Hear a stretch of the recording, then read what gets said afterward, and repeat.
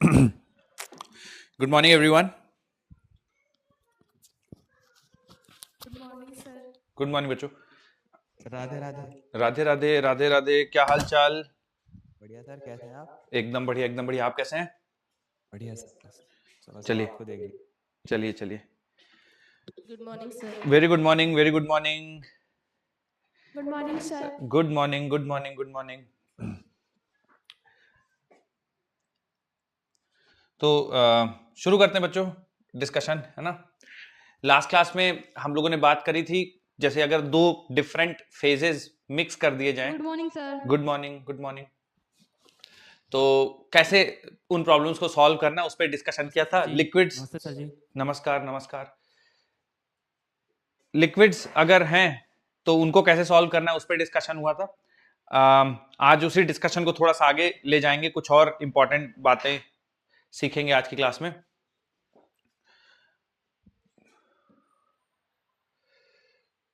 Good morning sir. Very good morning बच्चों। अगली heading डाल दीजिए, चेंज ऑफ स्टेट। सो जितनी भी स्टेट्स होती हैं उनके बारे में पढ़ेंगे, क्या स्टेट्स कैसे चेंज होती हैं। आप लोगों से मैं पूछूंगा कुछ सवाल।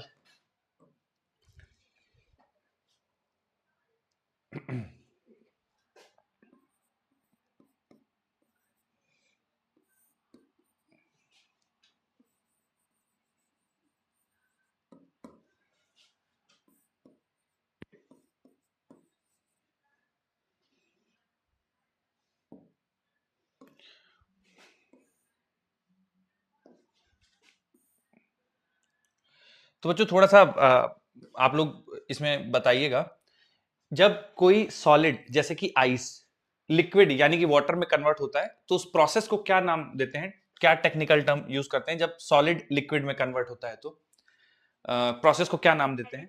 मेल्टिंग। ठीक है ना। तो बच्चों जब सॉलिड लिक्विड में कन्वर्ट होता है तो इस प्रोसेस को हम लोग नाम देते हैं मेल्टिंग। नमस्ते सर। नमस्कार नमस्कार, बैठिए। हमारी सर। हाँ आवाज आ रही है, आ रही आवाज आ रही है। सर आप कैसे हो? एकदम बढ़िया, एकदम बढ़िया। तो बच्चों बस अभी शुरुआत ही की है हम लोग, है ना। थोड़ा सा बेसिक बेसिक कुछ टर्म्स हम लोग को सीखने हैं, और कई सारे हो सकता है नए टर्म्स भी पता चले। Good morning. तो सॉलिड बच्चों लिक्विड में जब कन्वर्ट होता है कांस्टेंट टेम्परेचर में, तो प्रोसेस को नाम दिया जाता है मेल्टिंग। ठीक है।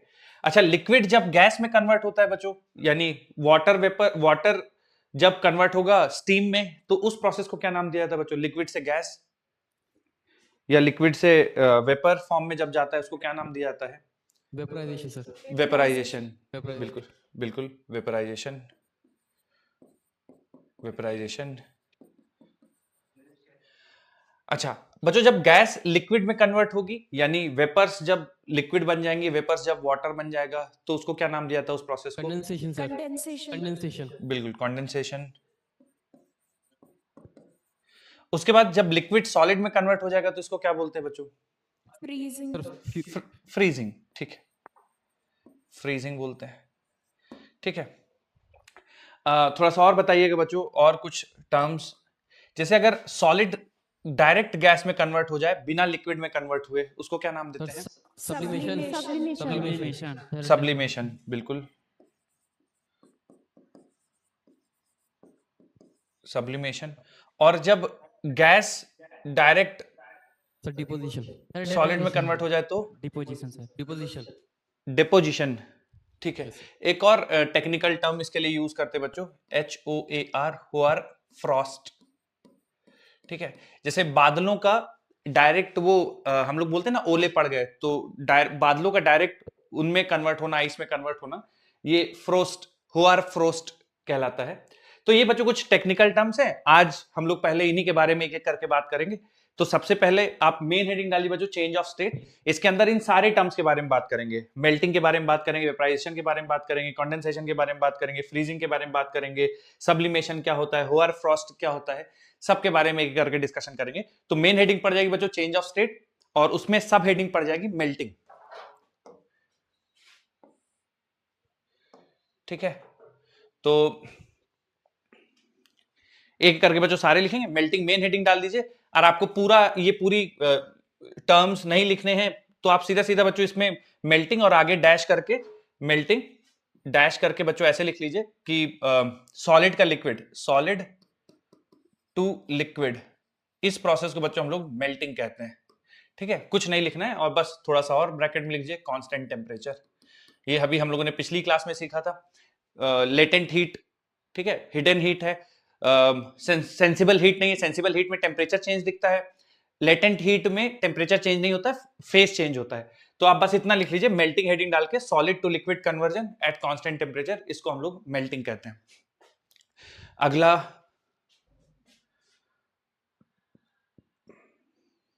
रुक जाइए सर, अभी हाँ bandit लिखिए, करेंगे। ये मत लिखिएगा पूरा, ये तो मैंने अभी आपको थोड़ा सा आइडिया देने के लिए एक एक, जैसे मेल्टिंग की डेफिनेशन लिख रहे हैं अभी। हाँ ये भी मत लिखिए, पूरा मत लिखिए, बस ये लिख लीजिए सॉलिड टू लिक्विड एट ये ब्रैकेट में कांस्टेंट टेम्परेचर, इसको मेल्टिंग ओके कहते हैं। सर। बस ये मत लिखिए बच्चों, ये तो मैंने अभी आपको ऐसे समझा दिया, ये एक एक करके सारे टर्म्स के डेफिनेशन अभी हम लोग पढ़ेंगे। Hello sir. बोलिए बोलिए। सर जो कल क्वेश्चन कराए थे उसमें हाँ हाँ, जो लास्ट में कराए थे, क्या क्या सवाल था? 5 ग्राम ice at 0 degree Celsius हाँ is हाँ, mixed with 5 gram of steam at 100 degree Celsius. अच्छा अच्छा, What is the final temperature?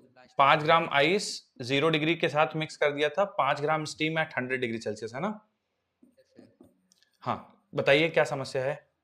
जो लास्ट में कराए थे सर, सरप्लस के बाद जो मतलब 200 मतलब 200 हाँ, 2800 कैलोरी आया था, उसके बाद से नहीं समझ में आया। ठीक है ठीक सरप्लस है, आया था। मैं समझाता हूँ। देखिए हम लोगों ने ऐसा मान लिया था कि जब इनको मिक्स करेंगे तो मान लिया था कि 0 डिग्री सेल्सियस का वाटर बन जाएगा सब कुछ, है ना? बस 0 डिग्री सेल्सियस का वाटर मान लिया था, तो इसमें फिर हम लोग के पास 1800 कैलोरी एक्सेसिव हीट आ गई थी कि 0 डिग्री सेल्सियस का वाटर बनने के बाद भी 1800 कैलोरी हीट बच जाएगी। अब हीट, इस हीट का बच्चों इस्तेमाल क्या होगा कि 0 डिग्री सेल्सियस का पानी है, 1800 कैलोरी हीट अधिक एक्स्ट्रा बच गई है, तो ये उसका टेम्परेचर बढ़ाएगा। तो मैंने ये कैलकुलेट किया था कि टेम्परेचर कितना बढ़ जाएगा इस 1800 कैलोरी से, तो आप लिखेंगे डेल्टा क्यू बराबर m, तो हमारे पास 10 ग्राम हो जाएगा, s की वैल्यू 1 वाटर के लिए, और डेल्टा t, तो ये देखा मैंने यार, डेल्टा t तो शायद ये 2800 था, 1800 नहीं था, ये 2800 था ना? अब एक बार कंफर्म कर दीजिए, शायद मैं भूल गया। यस सर, यस सर, हाँ। यस सर, इतना ही था।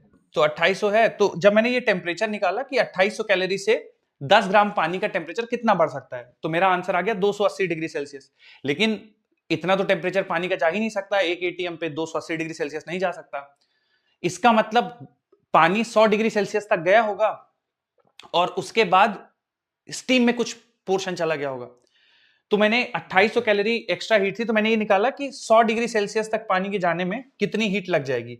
तो जब मैंने ये निकाला कि 100 डिग्री सेल्सियस तक जाने के लिए, तो m 10 ग्राम है, s 1 हो गया, और डेल्टा t 100। तो मैंने देखा कि 1000 कैलोरी इसमें से 2800 सरप्लस है, उसमें से 1000 कैलोरी यूज करके पानी 100 डिग्री सेल्सियस तक पहुंच जाएगा। 2800 में से 1000 पानी यूज कर लिया, अभी भी 1800 बच गया है। तो मतलब अब कहने का ये हो गया है कि पूरा पानी का टेम्परेचर 100 डिग्री सेल्सियस हो गया है, उसके बाद भी 1800 कैलोरी हीट बची हुई है। तो अब इस हीट को यूज करके ये जो 100 डिग्री सेल्सियस का पानी है, ये कुछ स्टीम में चला जाएगा। तो कितना स्टीम बन जाएगा? तो मास ऑफ स्टीम ये बराबर होगी जितना आपके पास हीट सरप्लस में है divide by latent heat of vaporisation, है ना? तो इसको हम लोगों ने सॉल्व किया था, तो ये सिंप्लीफाई करके हो गया था 10/3 ग्राम, यानी 3.33 ग्राम स्टीम बन जाएगी। तो ये लास्ट में ये था। अब आया आपको समझ में? Yes sir, thank you sir. ठीक है, तो बच्चों आपको मेन हेडिंग पड़ जाएगी चेंज ऑफ स्टेट, और चेंज ऑफ स्टेट के अंदर हम लोग पहला जो डिस्कशन किए हैं वो मेल्टिंग के बारे में है। मेल्टिंग बहुत सिंपल सा टर्म है, सॉलिड से लिक्विड बनेगा कांस्टेंट टेम्परेचर में, इस प्रोसेस को मेल्टिंग कहेंगे। ठीक है, अब थोड़ा सा बच्चों बॉइलिंग के बारे में बात करते हैं कि बॉइलिंग क्या होता है। बच्चों आप में से कोई समझाना चाहेगा कि बॉइलिंग क्या होता है? What is boiling? क्या प्रोसेस होता है बॉइलिंग का? सर ये बॉइलिंग वो पॉइंट होता है जिस पर कोई हाँ। लिक्विड जो होता है वो वेपर फेज में जो है बदलता है, लेकिन उसको जो है टेम्परेचर कांस्टेंट रहता है। टेम्परेचर कांस्टेंट रहता है, ठीक है, Yes, sir. ठीक है। तो तो ये वो पॉइंट होता है जिस पर जो है सर लिक्विड का प्रेशर जो है या वेपर प्रेशर लिक्विड का एटमॉस्फेरिक प्रेशर के बराबर हो जाता बराबर है। हो। बिल्कुल, तब वहां पे बॉइलिंग शुरू हो जाती है। ठीक है, तो थोड़ा सा कुछ इंपॉर्टेंट पॉइंट्स है बच्चों, मैं पढ़ देता हूं, समझाता हूं, जो इंपॉर्टेंट पॉइंट होगा नोट कराऊंगा। तो बोला गया evaporation within the whole mass of the liquid is called as boiling. अब बच्चों इवेपोरेशन या वेपराइजेशन, ठीक है, evaporation of whole mass of liquid is called as boiling. देखिए बच्चों इवेपोरेशन जो होता है ना, जैसे आपने पढ़ा होगा, तो पानी का गैस में यानी वेपर फॉर्म में कन्वर्जन या किसी भी लिक्विड का वेपर फॉर्म में कन्वर्जन किसी भी टेम्परेचर में होता है, उस प्रोसेस को हम लोग बोलते हैं इवेपोरेशन। लेकिन इवेपोरेशन सरफेस फिनोमेना है कि आप लिक्विड कहीं पे फैला दीजिए तो सरफेस के मॉलिक्यूल्स लगातार वेपर फॉर्म में कन्वर्ट होते रहेंगे। तो इवेपोरेशन एक सरफेस फिनोमेना है और हर टेम्परेचर पे होगा। लेकिन जो बॉइलिंग पॉइंट है या जो बॉइलिंग प्रोसेस है, उसमें इवेपोरेशन पूरे लिक्विड के वॉल्यूम का होता है। ठीक है ना, तो थोड़ा बॉइलिंग इस सेंस में इवेपोरेशन से अलग है। तो इवेपोरेशन यहां पे भी हो रहा है, लिक्विड मतलब गैसियस फेज में जा रहा है, but whole mass of the liquid, पूरे लिक्विड का जो वॉल्यूम है वो पूरा वॉल्यूम कन्वर्ट हो रहा है, या वो उस पूरे वॉल्यूम पे इवेपोरेशन प्रोसेस चल रहा है। Boiling takes place at constant temperature known as boiling point. तो बच्चों अगर आपने प्रेशर को कांस्टेंट रखा है, जैसे 1 atm प्रेशर पे वाटर का बॉइलिंग पॉइंट 100 डिग्री सेल्सियस है, तो पूरे वॉल्यूम का बॉइलिंग वाटर का 100 डिग्री सेल्सियस पे होगा 1 atm प्रेशर में।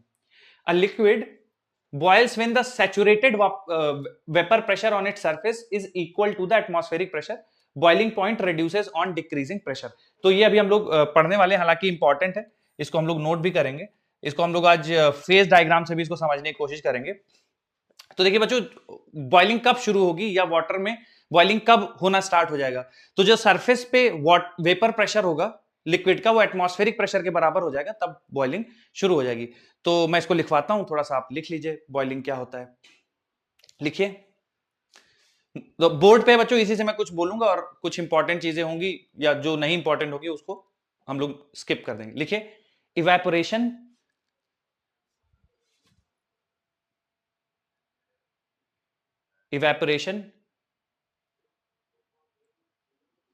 within whole mass of liquid, evaporation within whole mass of liquid is called as boiling. Evaporation within whole mass of liquid is called as boiling.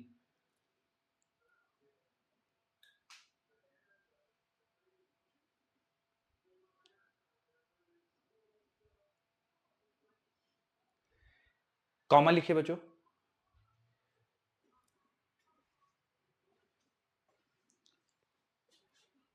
तो पहली line आपको as it is लिख लेनी है, comma, it takes place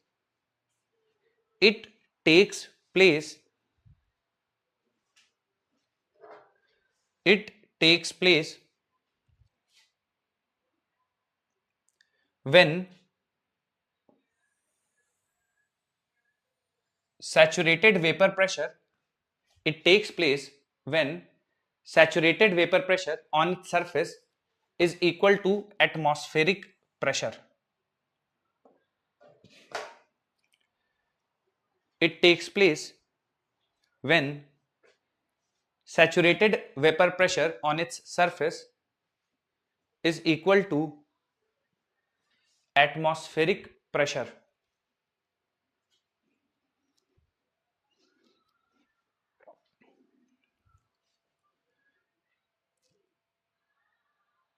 It takes place when saturated vapor pressure on its surface is equal to atmospheric pressure.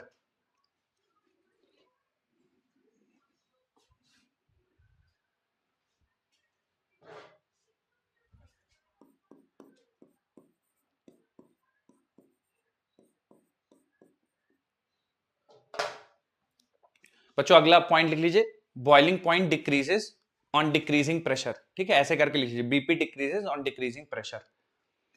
बच्चों इतने discussion से अगर कोई आप मुझे समझाना चाहें कि ऐसा क्यों होता होगा कि बॉइलिंग पॉइंट घट जाता होगा प्रेशर घटाने पे, इतने डिस्कशन में इसका आंसर लिखा हुआ है, तो अगर आप में से कोई समझाना चाहे कि बॉइलिंग पॉइंट क्यों घट जाता है जब एटमॉस्फेरिक प्रेशर घटता है तब। सर बताएं। हाँ बताइए। सर असल में होता यह है कि जो लिक्विड की जो पार्टिकल्स होते हैं सर, जी तो उनका जो प्रेशर होता है वो एटमॉस्फेरिक प्रेशर के बराबर होने की कोशिश करता है। एब्सोल्युटली। उस वक्त जो है यस सर, हाँ लेकिन जब प्रेशर अगर हमने कम कर दिया हाँ तो हाँ उसको भी जो है प्रेशर जो है वो कम लगाना पड़ेगा, यानी पार्टिकल्स को भी जो है फिर कम प्रेशर तक उठना पड़ेगा। राइट, तो बॉइलिंग जल्दी शुरू बॉइलिंग हो जाएगी, यस है सर, ना? बॉइलिंग जो है जल्दी जल्दी जो है वो दोनों वेपर प्रेशर जो है दोनों बराबर हो जाएंगे। जल्दी दोनों बराबर हो जाएंगे और कम टेम्परेचर पे भी बॉइलिंग शुरू हो जाएगी, है ना? Yes sir, yes sir, yes. तो बिल्कुल यही कारण है। देखिए बच्चों, क्या होता है कि सैचुरेटेड वापर जो वेपर प्रेशर है लिक्विड की सरफेस पे, वो जब एटमॉस्फेरिक प्रेशर के बराबर होगा तब बॉइलिंग शुरू होगी। तो आप टेम्परेचर बढ़ाते जा रहे हैं, वेपर प्रेशर बढ़ता जा रहा है।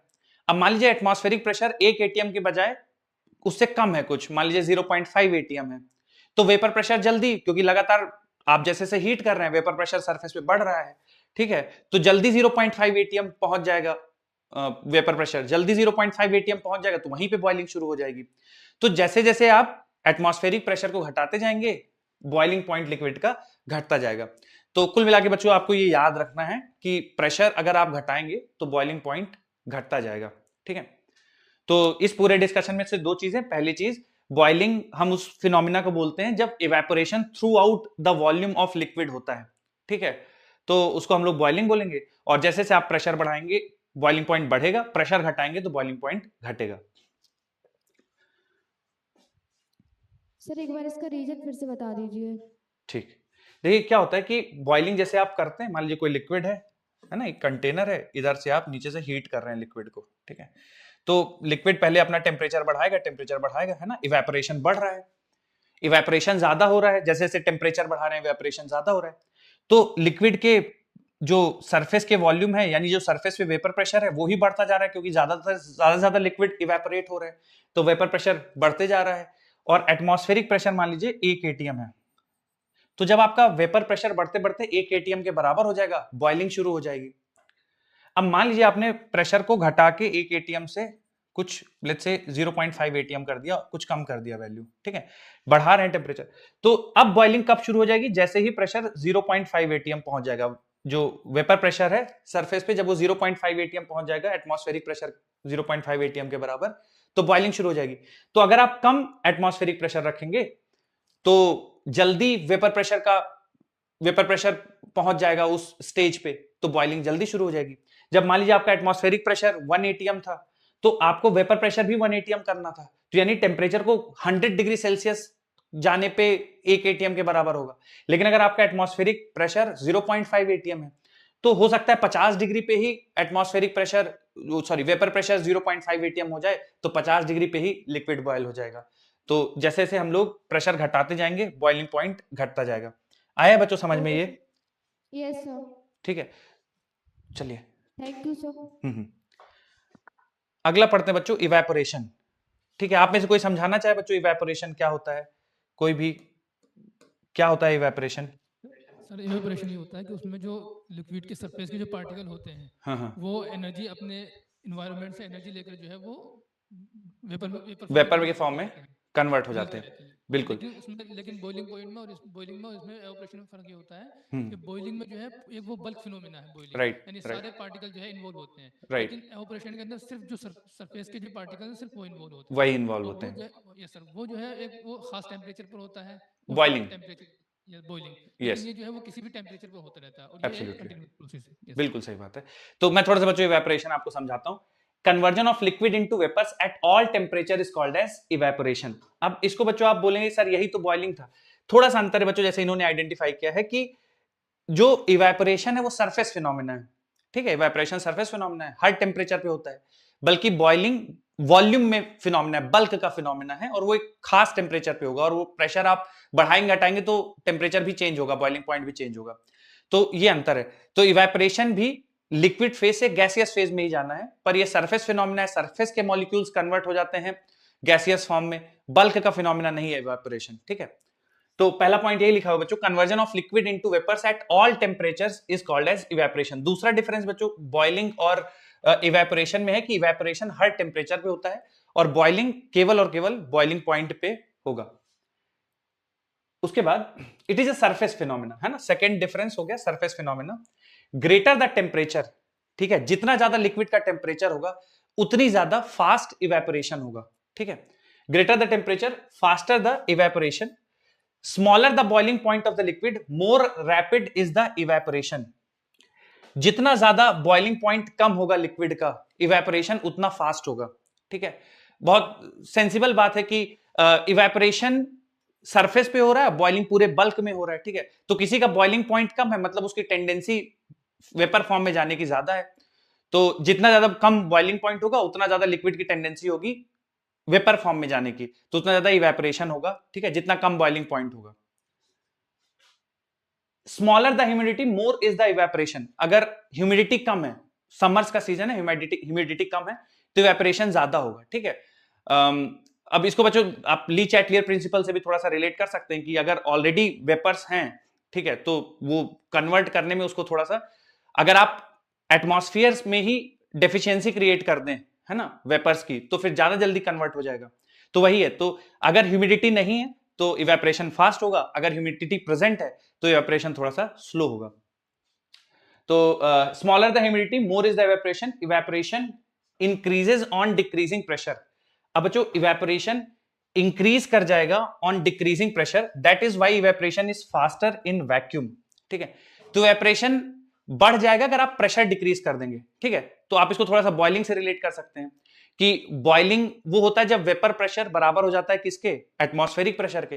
तो अगर एटमॉस्फेरिक प्रेशर कम कर देंगे तो बॉइलिंग जल्दी शुरू होने लगेगी। ठीक है, इवेपोरेशन भी बॉइलिंग की तरह लिक्विड का गैसियस फेज में जाना है, तो अगर आप बाहर का प्रेशर कम कर देंगे इवेपोरेशन भी फास्टर हो जाएगा। ठीक है, इसलिए जैसे एग्जांपल है कि वैक्यूम में इवेपोरेशन थोड़ा सा फास्ट होता है। तो इसमें सारे ही पॉइंट इंपॉर्टेंट है, एक एक करके सारे लिखेंगे। लिखिए पहला पॉइंट, इवेपोरेशन मेन हेडिंग डालिए, पॉइंट वाइज इस पैराग्राफ को तोड़ के लिखेंगे। लिखिए पहला पॉइंट, कन्वर्जन ऑफ लिक्विड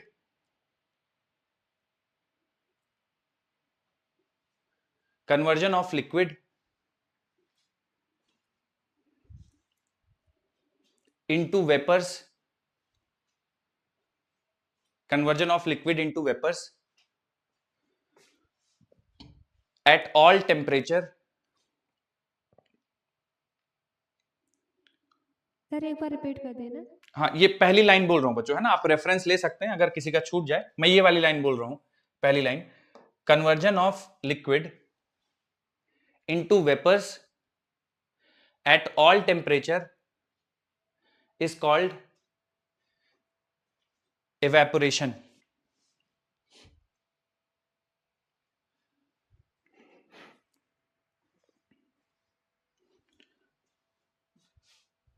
तो ये डेफिनेशन हो गई बच्चों इवेपोरेशन की, कि वेपर फॉर्म में कन्वर्ट होना लिक्विड का हर टेम्परेचर पे, ये इवेपोरेशन कहलाता है।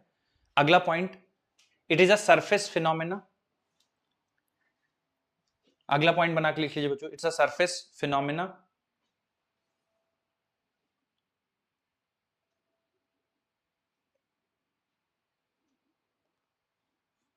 It's a surface phenomena. अगला पॉइंट, थर्ड पॉइंट,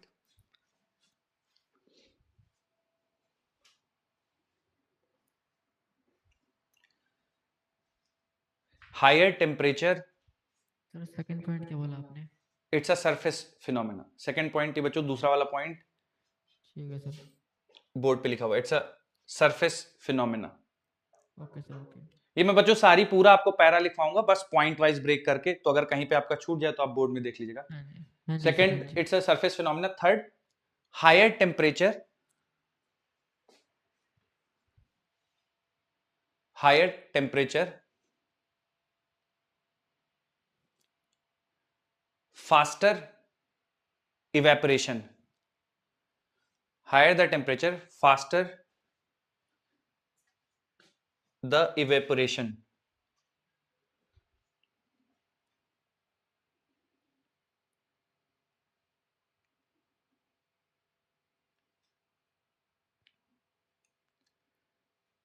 अगला पॉइंट लिखिए,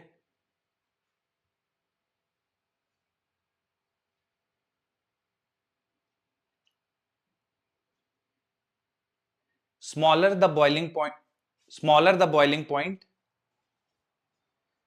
smaller the boiling point,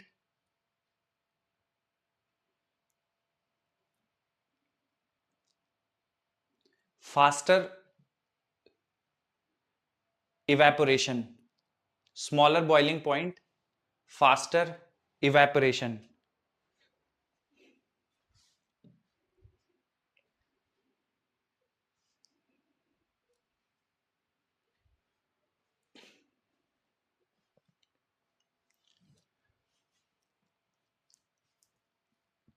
smaller boiling point, faster evaporation.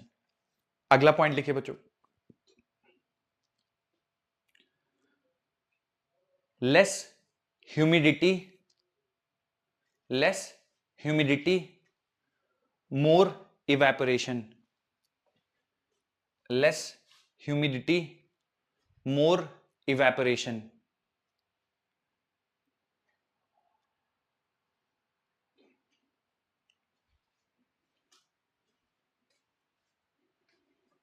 Smaller humidity, more evaporation.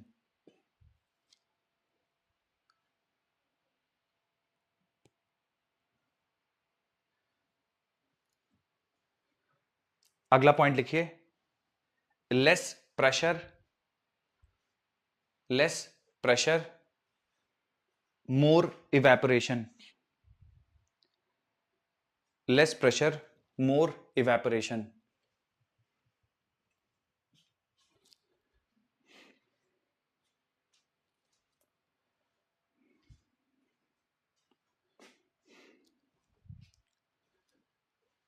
Less pressure, more evaporation.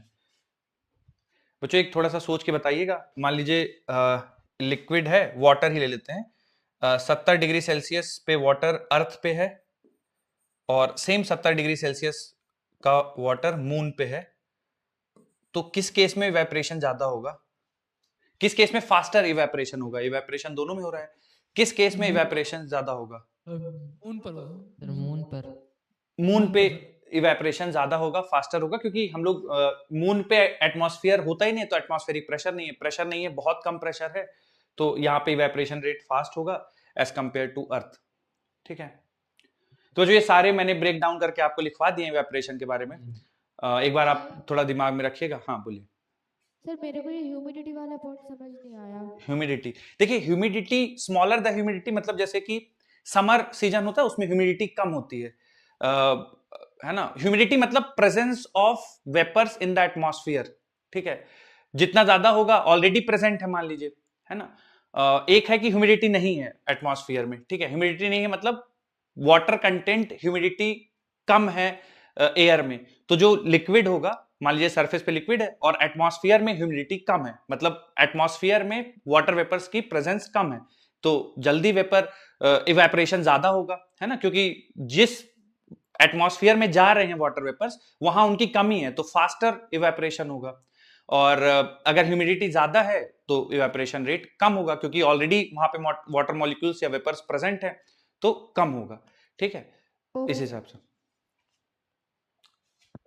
बच्चों ये एज इट इज थोड़ा सा याद रखिएगा। एज इट इज सवाल आने के चांसेस तो वैसे कम है, लेकिन पता होना चाहिए कि बॉइलिंग क्या है, इवेपोरेशन क्या है, वेरिएशन करने पे क्या फर्क पड़ता है। और सारे पॉइंट बच्चों देखिए मोस्टली आपको इजीली याद भी रह सकते हैं। टेम्परेचर बढ़ाने से इवेपोरेशन बढ़ जाएगा, प्रेशर घटाएंगे तो इवेपोरेशन बढ़ जाएगा, है ना। तो क्योंकि प्रेशर घटाएंगे तो बॉइलिंग जल्दी हो जाएगी, और बॉइलिंग और इवेपोरेशन को आप साथ साथ डील कर सकते हैं। बस अंतर क्या है कि इवेपोरेशन हर टेम्परेचर पे होता है, इवेपोरेशन सरफेस फिनोमेना है, और वॉल्यूम बॉइलिंग पूरे बल्क में होता है और एक पर्टिकुलर फिक्स टेम्परेचर पे होता है।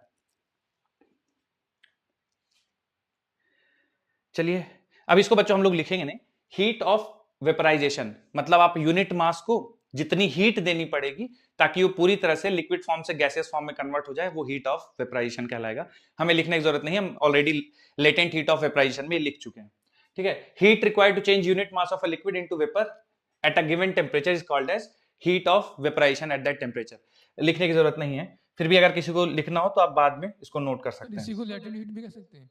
लेटेंट हीट बिल्कुल कह सकते हैं, है ना, कोई अंतर नहीं है। Latent heat of vaporisation. अब बच्चों हीट ऑफ, लिखने दीजिए सर, बैक स्लाइड नहीं जरूरत ही नहीं भैया, लिख चुके हो, क्यों लिखोगे आप, ये मैंने कल लिखवा दिया आपको। फिर भी अगर आपको लिखना है तो नोट्स डाउनलोड करके लिख लीजिएगा, इसको लिखने की कोई जरूरत नहीं बच्चों, ये लिख चुके हैं हम। हाँ सर अगर टेम्परेचर हाई होगा तो बॉइलिंग पॉइंट भी हाई अच्छा, होगा। एक सेकंड बच्चों, एक सेकंड, मैंने हीट ऑफ वेपराइजेशन, ये हीट ऑफ इवेपोरेशन है। ठीक है, मतलब पूरे लिक्विड के यूनिट मास को इवेपोरेट होने में जितनी हीट की जरूरत पड़ेगी उसको हम लोग हीट ऑफ इवेपोरेशन कहेंगे। हीट ऑफ वेपराइजेशन में क्या है कि बॉइलिंग टेम्परेचर पे या बॉइलिंग पॉइंट पे पूरे लिक्विड को गैसियस फॉर्म में कन्वर्ट करने के लिए जितनी हीट की जरूरत होगी वो हीट ऑफ वेपराइजेशन होगा। सॉरी, ये हीट ऑफ इवेपोरेशन है, दो टर्म है, दोनों में अंतर है यार, रुको, है ना, मैं लिख देता हूं। हीट ऑफ वेपराइजेशन, या जिसको हम लोगों ने लेटेंट हीट ऑफ वेपराइजेशन कहा था, इसमें और इसमें अंतर है। बच्चों क्या अंतर है, थोड़ा सा आप लोग समझ पाए? मैंने बोला तो है वैसे, एक बार आप लोग समझ पाए क्या दोनों में अंतर क्या है? हीट ऑफ इवेपोरेशन और हीट ऑफ वेपराइजेशन में अंतर क्या है? समझे बताए सर? हाँ, मैं एक बार बता देता हूं। देखिए, हीट ऑफ वेपराइजेशन जब वेपर फॉर्म में कन्वर्ट हो जाता है, लेकिन इसमें ये फिक्स है बच्चों कि ये बॉइलिंग पॉइंट पे ये फिनोमेना होना चाहिए, ठीक है।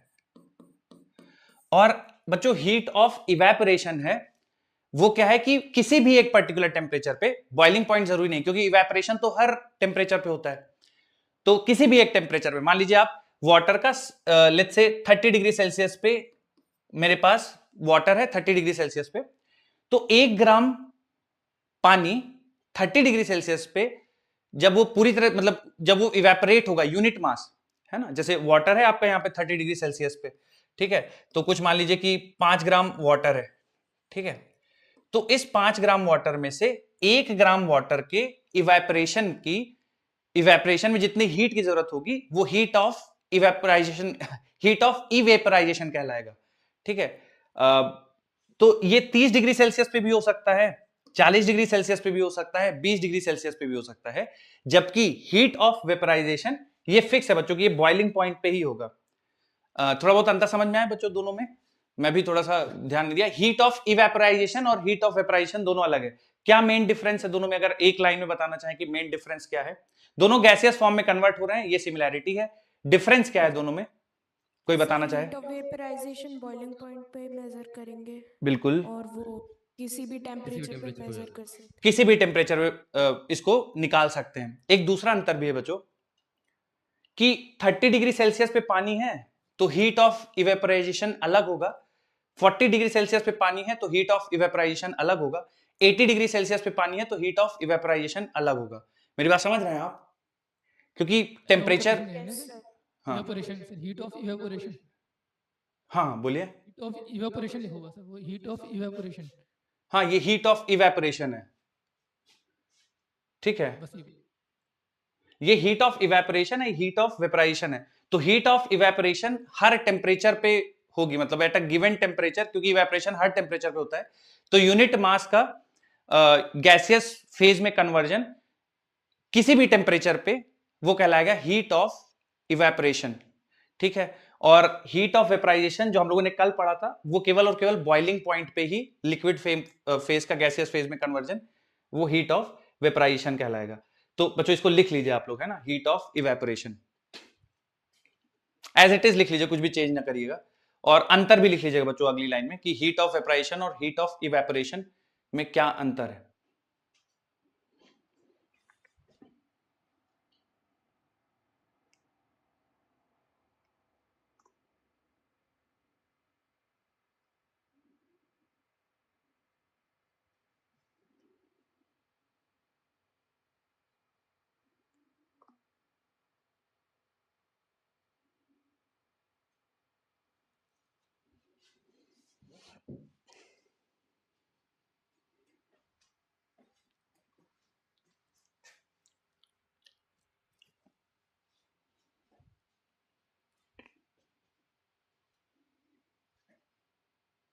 तो ये लिखने की जरूरत है? क्या क्या? सर ये लिखना है? हाँ ये लिख लीजिएगा, heat of evaporation, vapour form में conversion at a given temperature, ठीक है, यानी एक गिवन टेम्परेचर में 1 ग्राम लिक्विड का गैसियस फेज में कन्वर्जन, इवेपोरेशन, ठीक है, उसके लिए जितनी हीट की रिक्वायरमेंट होगी वो हीट ऑफ इवेपोरेशन कहलाएगा। और ये हर टेम्परेचर पे बच्चों अलग अलग होगी, ठीक है। जैसे लेटेंट हीट ऑफ वेपराइजेशन हम लोग वाटर का पढ़ लेते हैं 540 कैलोरी पर ग्राम, तो उसमें टेम्परेचर मेंशन करने की जरूरत नहीं है। पर इसमें हीट ऑफ इवेपोरेशन टेम्परेचर के साथ अलग अलग होगी, 30 डिग्री सेल्सियस के लिए अलग, 40 डिग्री सेल्सियस के लिए अलग। बट हाँ, यूनिट मास का कन्वर्जन होना चाहिए, यूनिट मास इवेपोरेट होना चाहिए, तो उसके लिए जितनी हीट की रिक्वायरमेंट होगी वो हीट ऑफ इवेपोरेशन कहलाएगा।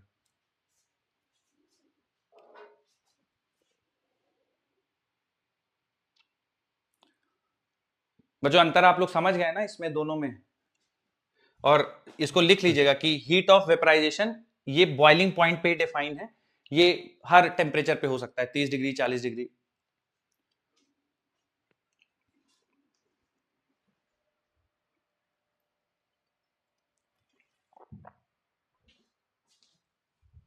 चलिए हो गया सर। अंतर जरूर लिख लीजिएगा बच्चों हीट ऑफ वेपराइजेशन और हीट ऑफ इवेपोरेशन में। ये बॉइलिंग पॉइंट पे है, ये किसी भी टेम्परेचर पे हो सकती है। काम दोनों का सेम है, लिक्विड फेज से गैसियस फेज में जाना, यूनिट मास का, लेकिन ये हर टेम्परेचर पे होगी और ये केवल बॉइलिंग पॉइंट पे डिफाइंड है।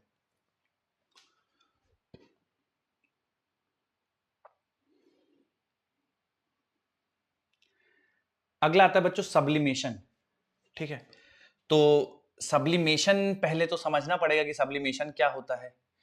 बच्चों बताना चाहे आप में से कोई सब्लिमेशन क्या होता है, सब्लिमेशन, और एक एग्जांपल के साथ कि सर ये रियल में सब्लिमेशन है। आप लोग देखते हैं डे टू डे लाइफ में पूजा के टाइम पे यूज होता है, किसी को दिमाग कैम्फर सर मतलब camphor, solid to vapour form में गैस चेंज में होना। कैसे पहुंचाना? द हाँ। Amount of heat required sir. हाँ बोलिए बोलिए। Solid to vapour. सब्लिमेशन पता है? सब्लिमेशन क्या होता है कि सर हाँ। अगर सॉलिड से डायरेक्टली गैस में बदल रहा है या गैस से डायरेक्टली सॉलिड में आ रहा है तो उसको जो है विदाउट गोइंग लिक्विड स्टेट इस सब्लिमेशन कहा जाएगा। बिल्कुल। तो देखिए बच्चों, अगर डायरेक्ट सॉलिड स्टेट से गैसियस स्टेट में जाता है जैसे कैम्फर है ना, तो उसको हम लोग नाम देते हैं सब्लिमेशन का। ठीक है, अब हीट ऑफ सब्लिमेशन, तो यूनिट मास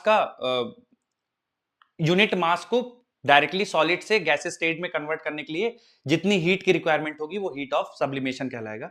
तो बच्चों पहले आप हेडिंग डाल दीजिए सब्लिमेशन, फिर अगले लाइन में हम लोग हीट ऑफ सब्लिमेशन लिखेंगे। तो सब्लिमेशन लिख लीजिए, कन्वर्जन ऑफ, कैम्फर को काफूर भी कहते हैं, काफूर। हाँ कपूर उसका एग्जाम्पल है बिल्कुल।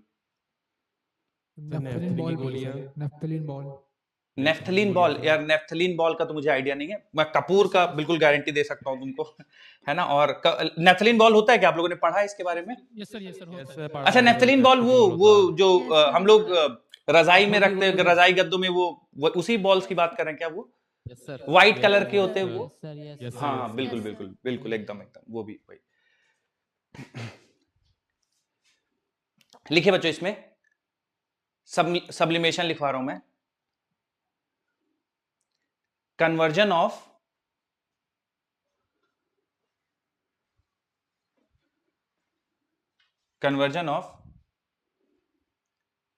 Solid state,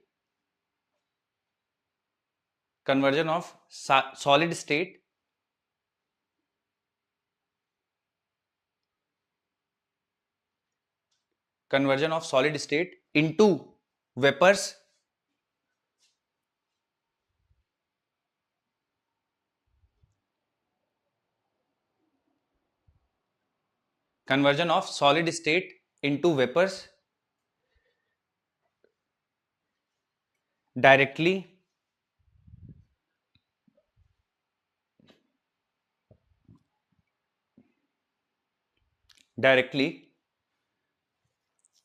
is called as heat of sublimation.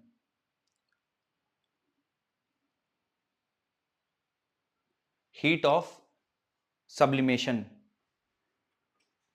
Sublimation की डेफिनेशन लिखवा रहे थे ना? हाँ सर सब्लिमेशन आएगा ना? मैंने हीट ऑफ सब्लिमेशन बोला है क्या? Yes sir. तो सब्लिमेशन की मैं definition लिखवा हाँ रहे थे। मैं फिर से बोलता हूँ, सब्लिमेशन की डेफिनेशन लिख रहे हैं बच्चों हम लोग। Conversion of solid state into vapours directly is called as sublimation. Conversion of solid state into vapours directly is called as sublimation.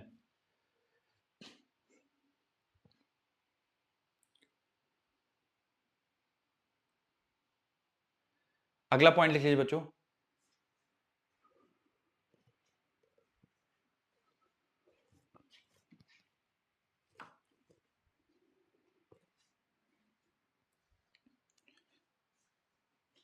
heat required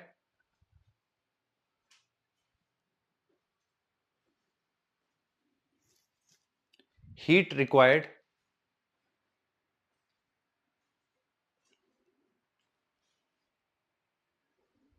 heat required for a unit mass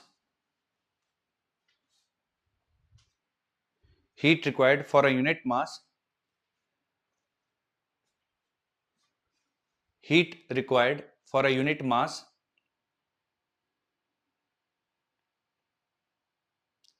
at a given temperature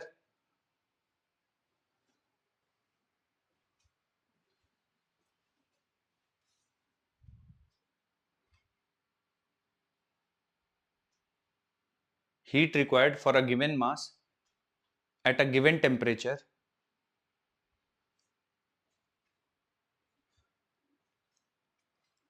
for this process for this process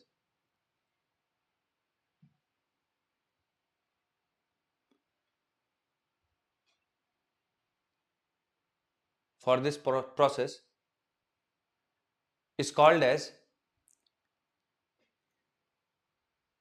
heat of sublimation.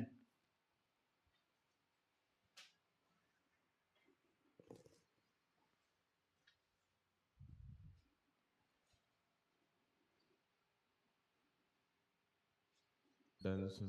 ठीक, example में बच्चों camphor लिख लीजिएगा, naphthalene ball और ammonium chloride.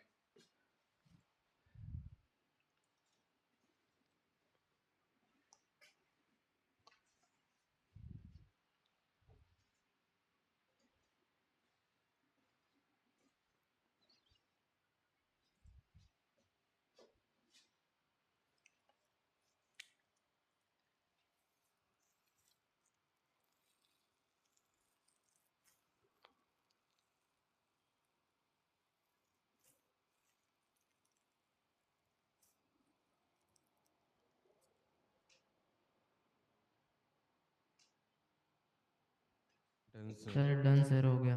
ठीक है, अब बच्चों इसमें एक अगली लाइन थोड़ा सा लिख लीजिए. Rate of sublimation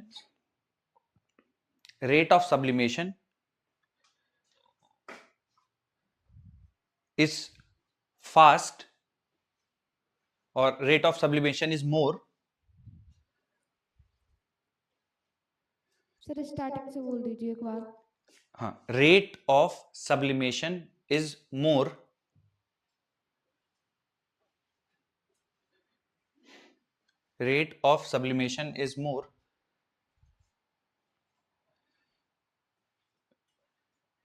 when pressure is less.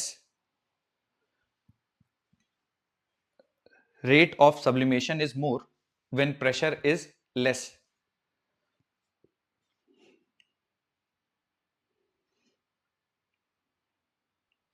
Sir हाँ हाँ, सर जो ड्राई आइस होती है वो भी तो सब्लिमेशन का एग्जांपल है. ड्राई आइस सब्लिमेशन क्या लिक्विड से डायरेक्ट गैसियस फेज में चली जाती है वो? जैसे सॉलिड से सॉलिड से सीधा तो वेपर. कार्बन डाइऑक्साइड को जब वो कर दिया Solid जाता है, tube कार्बन हाँ। डाइऑक्साइड को हाँ। वो कर दिया जाता है, फ्रीज कर दिया जाता है. हम्म, जब हम्म, उसको प्रेशर हटाते हैं तो सीधे डायरेक्टली उसमें पहुंच जाता है वो गैसेस फेज में. ओके, तो उसी तो वजह से- हाँ बिल्कुल, फिर वो सब्लिमेशन में है कि सॉलिड से डायरेक्ट वेपर फॉर्म में चली जाए, लिक्विड स्टेट बीच में ना है. ठीक है, तो अभी आपने लिखा है block of ice sublimation on the moon. Sir ये हाँ। बता दें एक बार. हाँ ठीक है ना. तो देखिए वही मैं आप लोग बता रहा था कि block of ice sublimates into vapours on the moon because of very very low pressure on its surface, है ना. तो इतना कम प्रेशर होता है मून की सरफेस पे कि आप ब्लॉक ऑफ आइस वहां लेंगे तो सीधे कन्वर्ट हो जाती है गैसियस फॉर्म में, बीच में लिक्विड स्टेट आता ही नहीं है. ठीक है, डायरेक्ट वेपर फॉर्म में, क्योंकि प्रेशर बहुत ही ज्यादा कम है मून की सरफेस पे. ठीक है, ठीक है. अगर एटमॉस्फेरिक जैसे एक्सटर्नल प्रेशर बच्चों ज्यादा है ना, तो वो कन्वर्जन में सॉलिड से वेपर फॉर्म के कन्वर्जन में थोड़ा सा हिंड्रेंस होगा अगर बाहर का प्रेशर ज्यादा है. तो अगर बाहर का प्रेशर कम है तो वो हिंड्रेंस कम होगा और वो डायरेक्ट कन्वर्ट होगी. तो सब्लिमेशन के चांसेस ज्यादा होंगे लो प्रेशर पे, और जितना ज्यादा प्रेशर होगा उतना सब्लिमेशन के चांसेस कम होंगे. ठीक है, जैसे कैम्फर है, कैम्फर हमारे 1 एटीएम में आप हीट दीजिए, वो कन्वर्ट हो जाता है डायरेक्ट गैसियस फॉर्म में। कहीं ऐसे जगह चले जाएं जहां पे प्रेशर ज्यादा है, तो हो सकता है कैम्फर डायरेक्ट वेपर फॉर्म में कन्वर्ट ना हो, क्योंकि सब्लिमेशन, और अगर आप ऐसी जगह चले जाएंगे जहां पे प्रेशर बहुत ज्यादा कम है, तो सब्लिमेशन की रेट बढ़ जाएगी। कैम्फर को किसी हाइट पे ले जाइए, ऊंचाई पे ले जाइए, तो वहां जल्दी सब्लिमेशन शुरू हो जाएगा उसका कैम्फर का। ठीक है, तो जितना एक्सटर्नल प्रेशर ज्यादा होगा सब्लिमेशन की रेट कम होगी, एक्सटर्नल प्रेशर कम होगा सब्लिमेशन का रेट ज्यादा होगा। सर रीजन क्या है इसका? रीजन फिर से वही कि अगर मान लीजिए जैसे प्रेशर आप बढ़ाएंगे, ठीक है, प्रेशर बढ़ाएंगे तो आप ऐसा मानो कि जो सब्सटेंस के मॉलिक्यूल है आप उनको कंप्रेस करके रखना चाहते हो। ठीक है, आप अचानक से प्रेशर कम कर दोगे तो मॉलिक्यूल्स ज्यादा फ्री हो जाएंगे, है ना, मूव करने के लिए। कुछ उस तरह से आप रिलेट कर सकते हो। ठीक है, यस है ना। ज्यादा आप प्रेशर कंबाइन करके ज्यादा प्रेशर पे रखोगे तो उसका मतलब प्रोसेस सब्लिमेशन का घट जाएगा, है ना। लिक्विड जो मॉलिक्यूल्स होंगे वो डायरेक्ट एटमॉस्फेयर में नहीं जाएंगे, और प्रेशर कम होगा तो इजीली एटमॉस्फेयर में जा पाएंगे, गैसियस फॉर्म में कन्वर्ट हो पाएंगे। ठीक है, यस सर। समझ गए। और कुछ अगर आएगा तो मैं आपको बता दूंगा। ठीक है। चलिए, कंडेंसेशन बताइए भैया। कंडेंसेशन में बच्चों सिंपल प्रोसेस है, लिक्विड फेज कन्वर्ट हो जाएगी गैसियस फेज में। ठीक है, तो लिक्विड फेज का गैसियस फेज में कन्वर्जन कहलाता है कंडेंसेशन। लिख लीजिए एक line, conversion of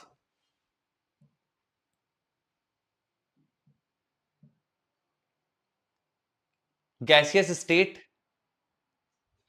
conversion of gaseous state to liquid state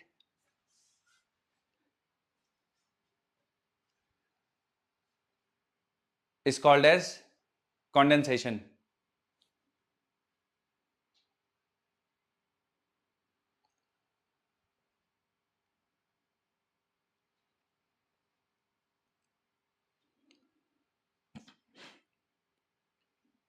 done sir.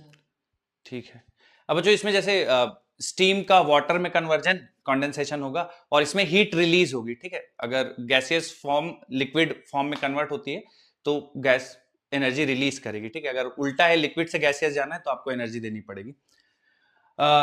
These materials again get converted to vapour or gaseous state on heating. तो जैसे लिक्विड बना, आप वापस से हीट कर देंगे तो गैसियस फॉर्म में चला जाएगा। लिखने की जरूरत नहीं है, ऊपर वाली लाइन एक लाइन लिख लीजिए। वेपर स्टेट से लिक्विड स्टेट को आने को हम लोग कंडेंसेशन कहते हैं।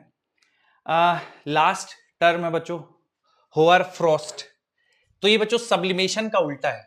ठीक है, सब्लिमेशन का उल्टा है। सब्लिमेशन में क्या होता है कि सॉलिड स्टेट से गैसियस स्टेट में जाते हैं, इसमें गैसियस स्टेट से डायरेक्ट सॉलिड स्टेट में आएंगे। ठीक है, तो वही है, direct conversion of vapours into solid is called as hoar frost. This process is just reverse of the process of sublimation। तो sublimation में जैसे लिक्विड स्टेट आप अवॉइड करते थे, यहां पे भी बीच में लिक्विड स्टेट नहीं आएगी, डायरेक्ट गैसियस स्टेट से सॉलिड स्टेट में कन्वर्जन होगा। होअर फ्रॉस्ट ये कहलाता है। Formation of snow by freezing of clouds. ठीक है, तो लिख लीजिए बच्चों इसको एक लाइन में, बस आपको पता होना चाहिए कि टर्म क्या होता है, बस लिख लीजिए। सर इसका ये एग्जांपल है किसका? रस्टिंग। रस्टिंग होअर फ्रॉस्ट का? हाँ, कैसे कैसे समझाइए। रस्टिंग तो आयरन की सरफेस पे आयरन Fe2O3 फेरिक ऑक्साइड बन जाता है ना रस्टिंग में। हाँ सर वही। तो उसमें अच्छा आप ऐसा बोल रहे हैं कि जो ऑक्सीजन थी गैसियस फॉर्म थी वो आयरन के साथ कंबाइन होकर सॉलिड Fe2O फॉर्म। हाँ ठीक सर है, वो तो केमिकल रिएक्शन है ना, केमिकल रिएक्शन है, पर प्रोसेस में उसने नहीं बताया। Fe2O3 है ना, पहले गैसियस फॉर्म में थी और रिएक्ट करके Fe2O3 सॉलिड फॉर्म में। Yes sir. पर बट मतलब सर इन्हें तो हाँ। हम फिजिकल प्रोसेस बोलते हैं ना, ये होर फ्रोस्ट और इवेपोरेशन वगैरह। फिजिकल तो फिजिकल, और हाँ फिजिकल प्रोसेस तो ये है कि रिवर्सिबल है। केमिकल प्रोसेस में Fe2O3 को आप वापस से वैसा एटमॉस्फेयर देंगे तो आयरन और ऑक्सीजन में तो नहीं टूटेगा, वो तो केमिकल चेंज हो जाएगा। पर formation of snow by freezing of clouds तो ये रिवर्सिबल है। हाँ Fe2O3 रिवर्सिबल नहीं है। ठीक है, तो यार हाँ उसमें मतलब सॉलिड वापस नहीं मिल पाएगा तुमको आयरन और ऑक्सीजन। ठीक है, तो उसको नहीं बोलेंगे यार होअर फ्रॉस्ट, उसको नहीं बोलेंगे Fe2O3 को। ठीक है, इसमें क्योंकि इंटर कन्वर्जन पॉसिबल है, मतलब आप वापस जा सकते हो सब्लिमेशन करके, और Fe2O3 में पॉसिबल नहीं होगा, ठीक है। तो होअर फ्रॉस्ट नहीं बोलना रिवर्सिबल होनी चाहिए। चाहिए। हाँ, रिवर्सिबल होना चाहिए, फिजिकल चेंज होना चाहिए, सही है, केमिकल चेंज नहीं होना चाहिए, है ना, लिक्विड वेपर, वेपर लिक्विड, ठीक है। सर बैक ये लिख लीजिए एग्जांपल। हाँ, बैक स्लाइड करें 1 सेकंड के लिए। ये लिख लीजिए, फिर करता हूँ बैक साइड। सर ये example formation of snow Cancel. Melting of clouds, ये रिवर्सिबल है ना? ये बिल्कुल रिवर्सिबल है, हाँ पहुंच तो सकते ही हम लोग स्नो से क्लाउड्स के बीच, मतलब क्लाउड्स तक तो पहुंच ही सकते हैं। Yes sir, yes sir, yes sir.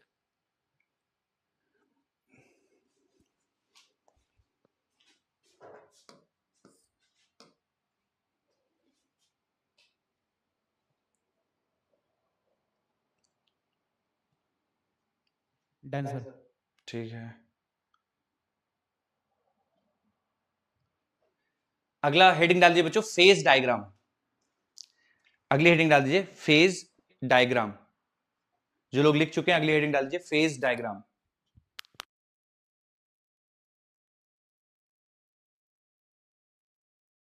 Sir 1 second के लिए स्लाइड बैक कर दीजिए।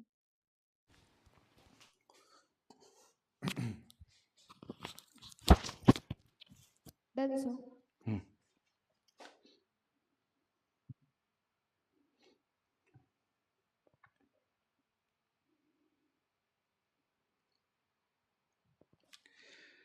चलिए फेज डायग्राम बच्चों थोड़ा सा देखेंगे ट्रिपल पॉइंट के बारे में। ये जो ट्रिपल पॉइंट है इसके बारे में थोड़ा सा समझना जरूरी है। मैं थोड़ा सा कुछ इंपॉर्टेंट सर 2 चीजें, मिनट स्लाइड बैक कर दीजिए।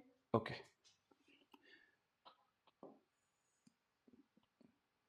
तो इसमें मेन बच्चों डिस्कशन हमको ट्रिपल पॉइंट के बारे में करना है।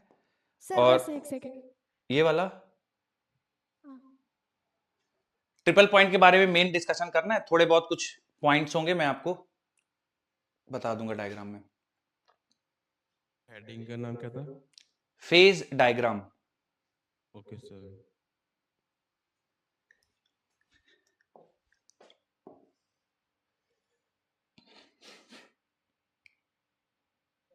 Done sir. ठीक, आइए बच्चों थोड़ा सा फेज डायग्राम। तो इसमें देखिए एक्स एक्सिस में डिग्री सेल्सियस में टेम्परेचर है, वाई एक्सिस में प्रेशर है, ठीक है। और यहां पे हम लोग डिफरेंट फेजेस, प्रेशर और टेम्परेचर के वेरिएशन से डिफरेंट फेजेस कैसे मिलते हैं उनका डिस्कशन है। तो सबसे पहले बच्चों मैं ये वाला फेज, ये वाली जो पार्ट है इसको मैं समझाता हूं। तो जैसे जैसे आप टेम्परेचर बढ़ाएंगे, जैसे 100 डिग्री सेल्सियस पे और 1 एटमॉस्फेरिक प्रेशर पे, 100 डिग्री सेल्सियस पे 1 एटमॉस्फेरिक प्रेशर पे दोनों एग्जिस्ट करेंगी, को एग्जिस्ट करेंगी फेजेस, है ना। तो ये जो लाइन है, ये लाइन अलग करती है वेपर फॉर्म और लिक्विड फॉर्म को, ठीक है। तो जैसे एक बॉइलिंग पॉइंट आपका 100 है और प्रेशर 1 एटमॉस्फेरिक प्रेशर है, तो ये दोनों को एग्जिस्ट करेंगे, ठीक है। और जैसे जैसे आप प्रेशर की वैल्यू को कम करते जाएंगे, जैसे जैसे प्रेशर कम करते जाएंगे, बॉइलिंग पॉइंट लगातार गिरता जाएगा, ठीक है। तो जैसे जैसे आप प्रेशर कम करते जाएंगे बॉइलिंग पॉइंट गिरता जाएगा। प्रेशर कम करने से बॉइलिंग पॉइंट क्यों गिर रहा है? क्योंकि बॉइलिंग वो प्रोसेस है जिसमें एटमॉस्फेरिक प्रेशर के बराबर जब वेपर प्रेशर हो जाएगा तब बॉइलिंग शुरू होगी। तो अगर आप प्रेशर कम करते जाएंगे, बाहर का प्रेशर कम करते जाएंगे, तो वेपर प्रेशर जल्दी पहुंच जाएगा, तो बॉइलिंग जल्दी शुरू हो जाएगी। तो बॉइलिंग टेम्परेचर इसी वजह से प्रेशर घटाने पे कम होगा, ठीक है। और ये दोनों फेजेस को एग्जिस्ट करेंगी, ठीक है। अब 100 डिग्री सेल्सियस पे ही, 100 डिग्री सेल्सियस पे अगर मैं प्रेशर बढ़ा दूंगा, 1 एटमॉस्फेरिक प्रेशर से ऊपर ले जाऊंगा, तो लिक्विड फेज आ जाएगा, ठीक है। जैसे ये 100 डिग्री सेल्सियस का टेम्परेचर है और अगर मैं प्रेशर 1 एटमॉस्फेरिक प्रेशर से ऊपर कर दूंगा तो लिक्विड स्टेट एग्जिस्ट करेगी, ठीक है। तो और अगर मैं 100 डिग्री सेल्सियस पे प्रेशर को 1 एटमॉस्फेरिक प्रेशर से कम कर दूंगा, ठीक है, तो पूरा गैसियस स्टेट एग्जिस्ट करेगी। 100 डिग्री सेल्सियस पे और 1 एटमॉस्फेरिक प्रेशर पे बिल्कुल तुम्हारा दोनों फेजेस को एग्जिस्ट कर रही हैं, ठीक है, इक्विलिब्रियम पे है। अगर मैं प्रेशर बढ़ा दूंगा तो लिक्विड स्टेट में कन्वर्ट हो जाएगा, अगर मैं 100 डिग्री सेल्सियस पे प्रेशर कम कर दूंगा तो गैसियस स्टेट में पूरा कन्वर्ट हो जाएगा, ठीक है। फिर 100 डिग्री सेल्सियस पे मान लीजिए 1 एटमॉस्फेरिक प्रेशर से आप 0.8 एटमॉस्फेरिक प्रेशर में आ गए, तो लिक्विड एग्जिस्ट नहीं करेगा, पूरा का पूरा गैस होगा 100 डिग्री सेल्सियस पे। और अगर 100 डिग्री सेल्सियस में प्रेशर बढ़ा के मान लीजिए मैं 1.1 एटमॉस्फेरिक प्रेशर कर दूंगा, तो पूरा का पूरा लिक्विड एग्जिस्ट करेगा, गैस एग्जिस्ट नहीं करेगी, ठीक है। और 1.1 एटीएम प्रेशर पे अगर मैं चाहता हूं कि बॉइलिंग हो तो फिर मुझे टेम्परेचर थोड़ा सा इससे ऊपर ले जाना पड़ेगा। ठीक है, तो ये जो लाइन है ये लिक्विड फेज और वेपर फेज को अलग करती है। ठीक है, ये जो लाइन है बच्चों, ये लाइन अलग करती है सॉलिड फेज और लिक्विड फेज को। ठीक है, तो मान लीजिए कि एक एटमॉस्फेरिक प्रेशर पे, ठीक है, एक एटमॉस्फेरिक प्रेशर पे 0 डिग्री सेल्सियस पे, ठीक है, एक एटमॉस्फेरिक प्रेशर पे 0 डिग्री सेल्सियस पे लिक्विड स्टेट और सॉलिड स्टेट दोनों को एग्जिस्ट कर रही हैं। ठीक है, एक एटमॉस्फेरिक प्रेशर पे 0 डिग्री सेल्सियस पे दोनों स्टेट को एग्जिस्ट कर रही हैं। लेकिन अगर मैं एक एटमॉस्फेरिक प्रेशर पे टेम्परेचर बढ़ा दूं, यानी 0 डिग्री सेल्सियस से ऊपर ले जाऊं, तो पूरा का पूरा लिक्विड स्टेट एग्जिस्ट करेगा। ठीक है, एक एटमॉस्फेरिक प्रेशर से 0 डिग्री सेल्सियस से बढ़ा दूं 2 degree Celsius, 3 degree Celsius, 4 degree Celsius, तो पूरा लिक्विड एग्जिस्ट करेगा। ठीक है, और अगर 0 डिग्री सेल्सियस पे मैं या एक एटमॉस्फेरिक प्रेशर पे 0 डिग्री सेल्सियस से नीचे चले जाऊंगा तो पूरा का पूरा सॉलिड एग्जिस्ट करेगा। ठीक है, एक एटमॉस्फेरिक प्रेशर पे 0 डिग्री सेल्सियस से नीचे चले जाएंगे तो पूरा का पूरा सॉलिड एग्जिस्ट करेगा, पूरी आइस एग्जिस्ट करेगी। ठीक है, 0 डिग्री सेल्सियस पे अगर मैं एटमॉस्फेरिक प्रेशर को बढ़ा दूं 0 डिग्री सेल्सियस पे, ठीक है, तो पूरा का पूरा लिक्विड एग्जिस्ट करेगा। ठीक है, आप 0 डिग्री सेल्सियस है, एटमॉस्फेरिक प्रेशर को बढ़ा दूं, मतलब आप ये मानो कि 0 डिग्री सेल्सियस है, 1 एटीएम है तो आइस है। 0 डिग्री सेल्सियस एक एटीएम प्रेशर से मैं बढ़ा के 2 एटीएम प्रेशर कर दूंगा तो वही 0 डिग्री सेल्सियस की आइस पूरी की पूरी वाटर में कन्वर्ट हो जाएगी। ठीक है, प्रेशर बढ़ाने से। आप ऐसा सोच सकते हो कि जैसे आप प्रेशर बढ़ाओगे, आइस है, आप बाहर का प्रेशर और बढ़ाओगे तो इंटरमॉलिक्यूलर फोर्सेस जो है आइस के वो ज्यादा हो जाएंगे। ठीक है, तो वो लिक्विड में कन्वर्ट हो जाएगा। आप ऐसे थोड़ा याद रख सकते हो।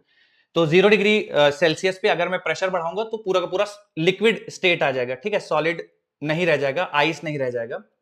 और अगर 0 डिग्री सेल्सियस पे मैं प्रेशर कम कर दूं, ठीक है, मतलब 0 डिग्री सेल्सियस में एटमॉस्फेरिक प्रेशर से नीचे चले जाऊं तो पूरा का पूरा सॉलिड रहेगा, यानी पूरी आइस रहेगी। ठीक है, 0 डिग्री सेल्सियस 1 एटीएम प्रेशर में क्या रहता है कि लिक्विड स्टेट और सॉलिड स्टेट इक्विलिब्रियम में है ना, मेल्टिंग शुरू हो जाती है 0 डिग्री सेल्सियस पे एक एटमॉस्फेरिक प्रेशर पे। तो अगर आप प्रेशर का वेरिएशन कर दो, प्रेशर बढ़ा दो, ठीक है, तो 0 डिग्री सेल्सियस पे पूरा का पूरा लिक्विड होगा, लिक्विड और सॉलिड का इक्विलिब्रियम नहीं होगा। और अगर आप 0 डिग्री सेल्सियस पे प्रेशर को कम कर देंगे तो लिक्विड और सॉलिड का इक्विलिब्रियम नहीं रहेगा, पूरा का पूरा सॉलिड हो जाएगा। ठीक है, तो ये लाइन बच्चों इस चीज को बता रही है। ठीक है, ये लाइन है ये लिक्विड और सॉलिड के बीच में इक्विलिब्रियम को बता रही है। जबकि ये जो लाइन है, ये लास्ट ये वाली लाइन आप देखेंगे तो ये सॉलिड और वेपर फॉर्म के इक्विलिब्रियम को दिखा रही है, सॉलिड और वेपर फॉर्म के इक्विलिब्रियम को, यानी सब्लिमेशन को। तो इसमें थोड़ा सा देखिए बच्चों, जैसे आप अगर जैसे मान लीजिए मैं यहां पे लेता हूं टेम्परेचर 0 डिग्री सेल्सियस और इसको मैं कुछ ले लेता हूं 0.5 एटीएम। ठीक है, तो 0 डिग्री सेल्सियस 0.5 एटीएम में सॉलिड और वेपर को एग्जिस्ट कर रही हैं। लेकिन अगर मैं 0.5 एटीएम पे टेम्परेचर बढ़ा दूंगा, यानी 0 डिग्री सेल्सियस से ऊपर चले जाएंगे, 0.5 एटीएम पे 0 डिग्री सेल्सियस से ऊपर चले जाएंगे तो पूरा का पूरा वेपर फॉर्म एग्जिस्ट करेगा। ठीक है, यानी 0 डिग्री सेल्सियस 0.5 एटीएम पे अगर आप 0 डिग्री सेल्सियस से टेम्परेचर बढ़ा देंगे तो पूरा वेपर के फॉर्म में एग्जिस्ट करेगा। या फिर आप ऐसे थोड़ा सा सोच सकते हैं कि 0 डिग्री सेल्सियस पे अगर 0 डिग्री सेल्सियस 0.5 एटीएम में दोनों को एग्जिस्ट कर रहे हैं, अगर आप 0 डिग्री सेल्सियस पे प्रेशर बढ़ा देंगे तो वो पूरा का पूरा सॉलिड बन जाएगा। और 0 डिग्री सेल्सियस पे अगर आप 0.5 एटीएम प्रेशर से कम कर देंगे तो पूरा का पूरा वेपर फॉर्म में कन्वर्ट हो जाएगा। जैसे मैं कैम्फर का एग्जांपल ले लूं तो कैम्फर 1 एटमॉस्फेरिक प्रेशर पे, मान लीजिए 1 एटमॉस्फेरिक प्रेशर और 25 डिग्री सेल्सियस पे आपका सॉलिड और गैस को एग्जिस्ट कर रहा है। ठीक है, लिख लेते हैं यहां पे, कैम्फर है मान लीजिए 1 एटीएम प्रेशर पे और 25 डिग्री सेल्सियस पे इक्विलिब्रियम में एग्जिस्ट कर रहे हैं सॉलिड और वेपर। ठीक है, सॉलिड और वेपर एग्जिस्ट कर रहे हैं इक्विलिब्रियम पे। अब थोड़ा सा वेरिएशन सोच के बताइएगा, मान लीजिए 25 डिग्री सेल्सियस है और मैं प्रेशर को बढ़ा दूं, 25 डिग्री सेल्सियस से प्रेशर को बढ़ा दूं 2 एटीएम, तो बताइए क्या होगा, पूरा का पूरा गैसियस फेज में कन्वर्ट हो जाएगा या सॉलिड रहेगा अगर आप प्रेशर को बढ़ा देंगे 1 एटीएम से 2 एटीएम कर देंगे तो सॉलिड हो जाएगा सर। अगर 1 एटीएम से 2 एटीएम बढ़ा देंगे आप बाहर का प्रेशर और 25 डिग्री सेल्सियस पे 1 एटीएम पे गैसियस फॉर्म और सॉलिड फॉर्म को एग्जिस्ट कर रही थी, और आप अगर एक एटीएम से 2 एटीएम एक्सटर्नल प्रेशर कर देंगे तो ये पूरा का पूरा सॉलिड फॉर्म में रहेगा, कुछ भी हाँ गैसियस फॉर्म में कन्वर्ट नहीं होगा। लेकिन अगर आप 25 डिग्री सेल्सियस एक एटमॉस्फेरिक प्रेशर में सॉलिड और गैसियस फॉर्म को एग्जिस्ट कर रहे हैं, लेकिन आप अगर इसी प्रेशर को घटा के 1/2 एटीएम कर देंगे तो फिर क्या होगा बच्चों, ये पूरा का पूरा सॉलिड पूरा पूरा गैसियस फॉर्म में कन्वर्ट हो जाएगा, को एग्जिस्ट नहीं करेंगे। ठीक है, तो थोड़ा बहुत बच्चों यहां से बस ये आपको यही समझाने की कोशिश कर रहे हैं। मैं फिर से जैसे एक एग्जांपल के तौर पे बताता हूं, जैसे ये 0 डिग्री सेल्सियस है और 0 डिग्री सेल्सियस पे मान लीजिए मैं इसको लेता हूं 0.5 एटीएम, तो 0 डिग्री सेल्सियस 0.5 एटीएम दोनों को एग्जिस्ट कर रहे हैं, मतलब वेपर फॉर्म और सॉलिड फॉर्म दोनों को एग्जिस्ट कर रहे हैं। लेकिन अगर मैं इसी टेम्परेचर पे प्रेशर को बढ़ा दूं 0.6 एटीएम कर दूं तो केवल सॉलिड मिलेगा, और 0.5 एटीएम से घटा के 0.4 एटीएम कर दूंगा एक्सटर्नल प्रेशर तो पूरा का पूरा गैसियस फॉर्म में कन्वर्ट हो जाएगा। ठीक है, तो इससे हमें क्या पता चलता है बच्चों, एट अ गिवन टेम्परेचर अगर दोनों फेजेस साथ साथ एग्जिस्ट कर रही हैं सॉलिड और वेपर, तो एट अ गिवन टेम्परेचर अगर आप प्रेशर बढ़ा दोगे तो पूरा सॉलिड फॉर्म में कन्वर्ट हो जाएगा, और एट अ गिवन टेम्परेचर अगर आप प्रेशर घटा दोगे तो पूरा का पूरा वेपर फॉर्म में कन्वर्ट हो जाएगा। इसी तरह से eight a given temperature at a given pressure अगर आप गिवन प्रेशर पे टेम्परेचर बढ़ा दोगे, मतलब 0.5 एटीएम पे अगर आप 0.5 एटीएम और 0 डिग्री सेल्सियस पे दोनों को एग्जिस्ट कर रहे हैं, अगर आप टेम्परेचर बढ़ा दोगे 0 डिग्री सेल्सियस से 1 डिग्री सेल्सियस ले जाओगे तो पूरा का पूरा वेपर फॉर्म में आ जाएगा। अगर आप 0.5 एटीएम पे 0 डिग्री सेल्सियस से नीचे ले जाओगे तो पूरा का पूरा सॉलिड फेज में आ जाएगा। ठीक है, तो ये ग्राफ बच्चों थोड़ा सा आपको इस तरह से आइडिया देता है eight a given temperature at a given pressure चीजें किस तरह से चेंज होंगी। एग्जांपल के तौर पे और जैसे मैं कुछ एग्जांपल लेता हूं, जैसे मान लीजिए 100 डिग्री सेल्सियस का मैंने अभी आपको बताया था, तो 100 डिग्री सेल्सियस पे एक एटमॉस्फेरिक प्रेशर पे दोनों को एग्जिस्ट कर रहे हैं, गैसियस फॉर्म और लिक्विड फॉर्म। लेकिन अगर आप 100 डिग्री सेल्सियस पे प्रेशर को बढ़ा देंगे, 100 डिग्री सेल्सियस में प्रेशर को बढ़ा देंगे तो पूरा का पूरा लिक्विड फॉर्म एग्जिस्ट करेगा। यहां पे 100 डिग्री सेल्सियस पे प्रेशर को घटा देंगे तो पूरा का पूरा गैसियस फॉर्म एग्जिस्ट करेगा। ठीक है, तो अगर आप 100 डिग्री सेल्सियस पे प्रेशर घटा देंगे तो इक्विलिब्रियम नहीं रह जाएगा, फिर पूरा का पूरा गैसियस फॉर्म में एग्जिस्ट करेगा। ठीक है, अब बच्चों मैं थोड़ा सा आप लोगों से पूछता हूं, कोशिश करिएगा आंसर करने की। एक एटमॉस्फेरिक प्रेशर पे ये जो मैंने रेड से ड्रॉ किया है, मान लीजिए मैं लाइन XX डैश बोल देता हूं, इस एक एटमॉस्फेरिक प्रेशर पे आप देखिएगा ध्यान से, ये माइनस से शुरू हो रहा है। ठीक है, माइनस पे कुछ टेम्परेचर है, ये टेम्परेचर देखिए बच्चों, ये 0 डिग्री सेल्सियस आपका टेम्परेचर है और इससे पीछे से तो ये माइनस से कुछ शुरू होगा, मान लेते हैं -10। तो एक एटमॉस्फेरिक प्रेशर पे -10 से शुरू किया, मतलब सॉलिड है सॉलिड है सॉलिड है सॉलिड है। जैसे ही आप 0 डिग्री सेल्सियस पे पहुंचे, 0 डिग्री सेल्सियस पे सॉलिड और लिक्विड दोनों को एग्जिस्ट करने लगे। एक एटमॉस्फेरिक प्रेशर पे आप टेम्परेचर बढ़ाते गए, ये पूरा लिक्विड है, वाटर है वाटर है वाटर है। एट 100 डिग्री सेल्सियस वाटर और वेपर को एग्जिस्ट करने लगे, आपने और टेम्परेचर बढ़ाया तो पूरा का पूरा वेपर फॉर्म में कन्वर्ट हो गया। ठीक है, तो इस तरह से होगा। अब जैसे अगर आप प्रेशर को एक एटमॉस्फेरिक प्रेशर से कम ले आए, ठीक है, यहां कर दें, तो फिर आप देखो बच्चों -10 डिग्री सेल्सियस से लेकर यहां तक, यानी अब ये कुछ 0 डिग्री सेल्सियस से ऊपर चला गया है। ठीक है, तो -10 से लेकर लेट्स से 1 डिग्री सेल्सियस तक, हालांकि 0.01 है तो थोड़ा थोड़ा 0 के मतलब करीब ही होगा, पर थोड़ा सा मेल्टिंग पॉइंट आगे शिफ्ट हो जाएगा। तो अगर आप प्रेशर घटा देंगे तो मेल्टिंग पॉइंट आगे शिफ्ट हो जाएगा और फिर ये पूरा लिक्विड फेज रहेगा। और बॉइलिंग पॉइंट पे देखिए बहुत सिग्निफिकेंट अंतर आया है, फ्रीजिंग पॉइंट पे तो सिग्निफिकेंट अंतर नहीं आया है, ऑलमोस्ट 0 ही है, फिर भी थोड़ा सा आगे शिफ्ट हो जाएगा। यानी पहले 0 डिग्री सेल्सियस पे हो रहा होगा तो मान लीजिए 0.0001 डिग्री सेल्सियस पे मेल्टिंग शुरू होगी। लेकिन आप बच्चों बॉइलिंग पॉइंट देखिए, सिग्निफिकेंट बॉइलिंग पॉइंट में ड्रॉप हुआ है, मतलब पहले 100 डिग्री सेल्सियस पे बॉइलिंग शुरू हो रही थी, लेकिन अगर आपने प्रेशर घटा दिया तो अब बॉइलिंग पॉइंट बहुत पहले आ गया। ठीक है, बहुत पहले बॉइलिंग शुरू हो जाएगी। यही हम लोगों ने पढ़ा था कि आप जैसे जैसे प्रेशर घटाते जाएंगे बॉइलिंग पॉइंट घटता जाएगा। तो यही बताने की कोशिश की है यहाँ पे कि 90 डिग्री से कुछ 80 डिग्री हो जाएगा या 70 डिग्री सेल्सियस कुछ इस तरह से हो जाएगा। ठीक है, और यहां पे बच्चों देखिए, अगर आप इस 0.61 एटमॉस्फेरिक प्रेशर से ऊपर रहेंगे तो आपको हमेशा कन्वर्जन में पहले सॉलिड मिलेगा, फिर लिक्विड मिलेगा और फिर गैसियस फेज आएगी, ठीक है। लेकिन जैसे ही आप 0.61 एटमॉस्फेरिक प्रेशर से नीचे जाएंगे, ठीक है, 0.61 एटमॉस्फेरिक प्रेशर से नीचे जाएंगे तो -10 यानी नेगेटिव में आपको मिलेगा पहले सीधा सीधा सॉलिड। और अगर आपका प्रेशर 0.61 से कम है, मान लीजिए 0.5 है, तो पहले आपको माइनस में मिलेगा सॉलिड और फिर एक टेम्परेचर आएगा जो कि 0 डिग्री सेल्सियस और 0.01 डिग्री सेल्सियस के बीच में है। यहां पे बीच में कोई एक टेम्परेचर आएगा जहां पे सीधे गैसियस फेज में कन्वर्ट हो जाएगा, ठीक है। तो अगर 0.61 टेम्परेचर 0.61 एटमॉस्फेरिक प्रेशर के नीचे जाएंगे तो सीधे सॉलिड से फिर गैसियस फेज में कन्वर्ट हो जाएगा, बीच में लिक्विड स्टेट नहीं आएगी, ठीक है, सीधे सब्लिमेशन होगा। बस यही है बच्चों, इसमें कुछ की पॉइंट्स यही हैं। मेन तो यही है कि जैसे से आप प्रेशर को बढ़ाते जाएंगे बॉइलिंग पॉइंट बढ़ता जाएगा, ठीक है। और बीच में बच्चों ये कहता है ट्रिपल पॉइंट। तो ट्रिपल पॉइंट बच्चों एक ऐसा पॉइंट है जहां पे लिक्विड फेज, सॉलिड फेज और वेपर फेज ये को एग्जिस्ट करती हैं। इसके अलावा बच्चों आप कहीं पे भी देखिएगा, इस ट्रिपल पॉइंट के अलावा कहीं पे भी तीनों फेजेस एक साथ को एग्जिस्ट नहीं करेंगी। आपको लिक्विड और सॉलिड मिल जाएगा, लिक्विड वेपर मिल जाएगा, ठीक है। यही एक ऐसा पॉइंट है जहां पे सॉलिड, लिक्विड और गैसेस तीनों एक साथ को एग्जिस्ट करते हैं। और इस पॉइंट पे जो प्रेशर है वो 0.61 मान लीजिए एटमॉस्फेरिक प्रेशर होना चाहिए, टेम्परेचर 0.01 डिग्री सेल्सियस होना चाहिए, ठीक है। तो 0.61 एटमॉस्फेरिक प्रेशर पे और 0.01 डिग्री सेल्सियस टेम्परेचर पे ट्रिपल पॉइंट मिलता है जहां पे लिक्विड फेज, सॉलिड फेज और गैसियस फेज तीनों को एग्जिस्ट करती हैं, ठीक है।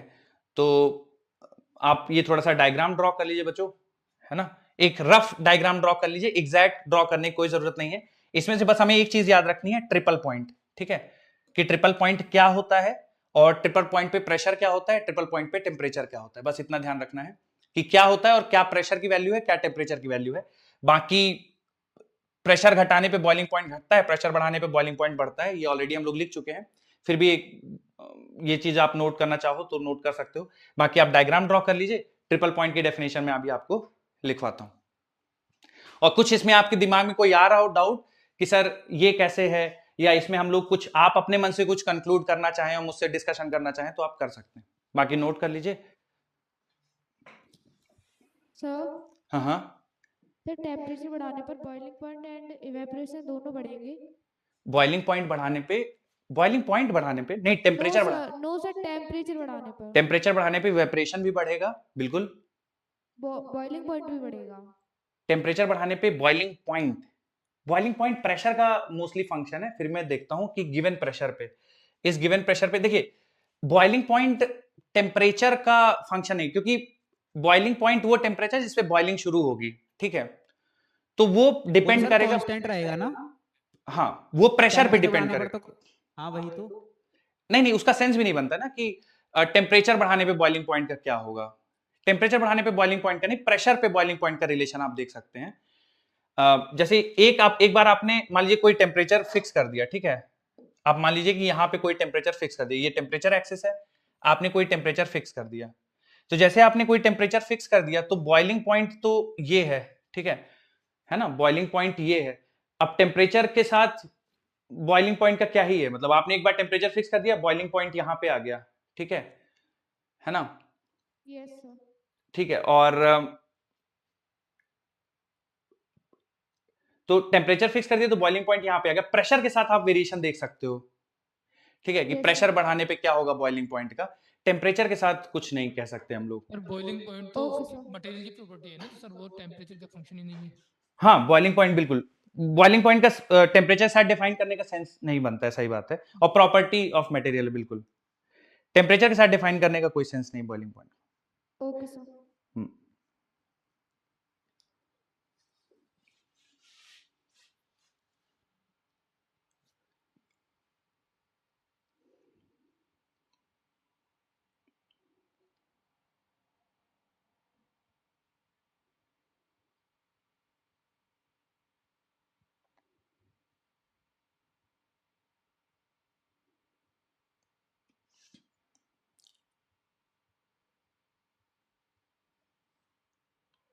बच्चों एक सवाल पूछ रहा हूं, थोड़ा ये ग्राफ देख के आप बताइएगा। जैसे जैसे प्रेशर बढ़ाएंगे मेल्टिंग पॉइंट पे क्या फर्क पड़ेगा? जैसे जैसे प्रेशर बढ़ाएंगे, जैसे जैसे प्रेशर बढ़ाएंगे मेल्टिंग पॉइंट पे क्या फर्क पड़ेगा? बढ़ जाएगा मेल्टिंग पॉइंट भी। मेल्टिंग पॉइंट बढ़ जाएगा। प्रेशर बढ़ाएंगे तो मेल्टिंग पॉइंट पे क्या सर, फर्क पड़ेगा? कम होगा। कम कम होगा सर, सर। कम होता जाएगा, है ना बच्चों। देखिए जैसे से आप प्रेशर बढ़ाएंगे मेल्टिंग पॉइंट पीछे जाता चला जा रहा है बच्चों। कारण उसका देखिए ये है, आप ऐसे खुद को समझा सकते हैं, ऐसे सोच सकते हैं कि जैसे बाहर का प्रेशर बढ़ेगा, मान लीजिए आइस क्यूब है, बाहर प्रेशर बढ़ा रहे हैं तो आइस के मॉलिक्यूल्स पे प्रेशर बढ़ेगा और आइस के मॉलिक्यूल्स के बीच में इंटरमॉलिक्यूलर सेपरेशन कुछ कम होगी तो वो सॉलिड फेज से लिक्विड फेज में आ जाएगा।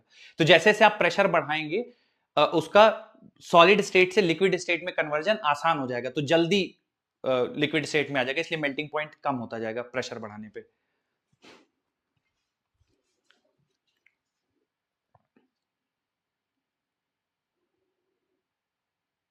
सर हाँ 10 हाँ सर। सर एक क्वेश्चन था। बोलिए बोलिए। सर जैसे हम प्रेशर बढ़ाते हैं तो हमारा बॉइलिंग पॉइंट भी बढ़ता है प्रेशर बढ़ाने पे बॉइलिंग पॉइंट बढ़ता है, बिल्कुल। और प्रेशर घटाने पे बॉइलिंग पॉइंट कम होता है। इसका मतलब कि हम जितना प्रेशर कम करेंगे, जैसे हमारा कम किया तो हमारा 80 डिग्री सेल्सियस है तो उसमें ही हमारा बॉइलिंग स्टार्ट हो जाएगी। Right right. एक एटमॉस्फेरिक प्रेशर में आपका 100 डिग्री सेल्सियस बॉइलिंग पॉइंट है। आप मान लीजिए एटमॉस्फेरिक प्रेशर आपने 0.5 एटीएम कर दिया तो बॉइलिंग पॉइंट भी उसी मतलब 100 डिग्री सेल्सियस से कुछ घट के 40 डिग्री सेल्सियस या 45 डिग्री सेल्सियस। अब इसमें मतलब इससे आप ना बोलिएगा कि सर इसमें तो 0.5 एटीएम कर देंगे, तो आप ऐसा ले लीजिए कि जैसे प्रेशर एक एटमॉस्फेरिक प्रेशर है, आप लेट्स से 0.8 एटमॉस्फेरिक प्रेशर कर देंगे तो बॉइलिंग पॉइंट पहले 100 डिग्री सेल्सियस था तो घट के 60 या 70 डिग्री सेल्सियस हो जाएगा, ऐसा। Okay sir. अच्छा बच्चों एक और सवाल पूछता हूं, थोड़ा सोच के आंसर करिएगा। बच्चों अगर हम लोग प्रेशर को बढ़ाएं, प्रेशर को बढ़ा रहे हैं तो सब्लिमेशन पॉइंट पे क्या फर्क पड़ेगा? सब्लिमेशन टेम्परेचर पे क्या फर्क पड़ेगा अगर आप प्रेशर को बढ़ाएंगे? तो सब्लिमेशन टेम्परेचर पे क्या फर्क पड़ेगा अगर आप प्रेशर को बढ़ाएंगे? तो बढ़ जाएगा सर। सर बढ़ जाएगा। प्रेशर बढ़ा रहे हैं, सब्लिमेशन पॉइंट पे क्या फर्क पड़ेगा? बढ़ जाएगा बढ़ जाएगा। हाँ, सब्लिमेशन पॉइंट बढ़ता जाएगा बच्चों जैसे जैसे आप प्रेशर बढ़ाएंगे, ठीक है। तो 0.61 एटीएम है, ये देखिए प्रेशर बढ़ रहा है और इधर टेम्परेचर बढ़ रहा है, तो जैसे जैसे आप प्रेशर बढ़ाते जाएंगे सब्लिमेशन पॉइंट बढ़ता जाएगा। ये ग्राफ ड्रॉ करने के बाद बच्चों आपको हेडिंग डालना है triple point.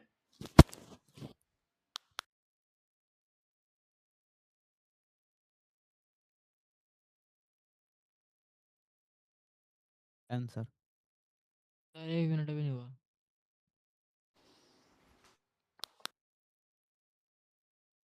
Excuse me sir. बताइए।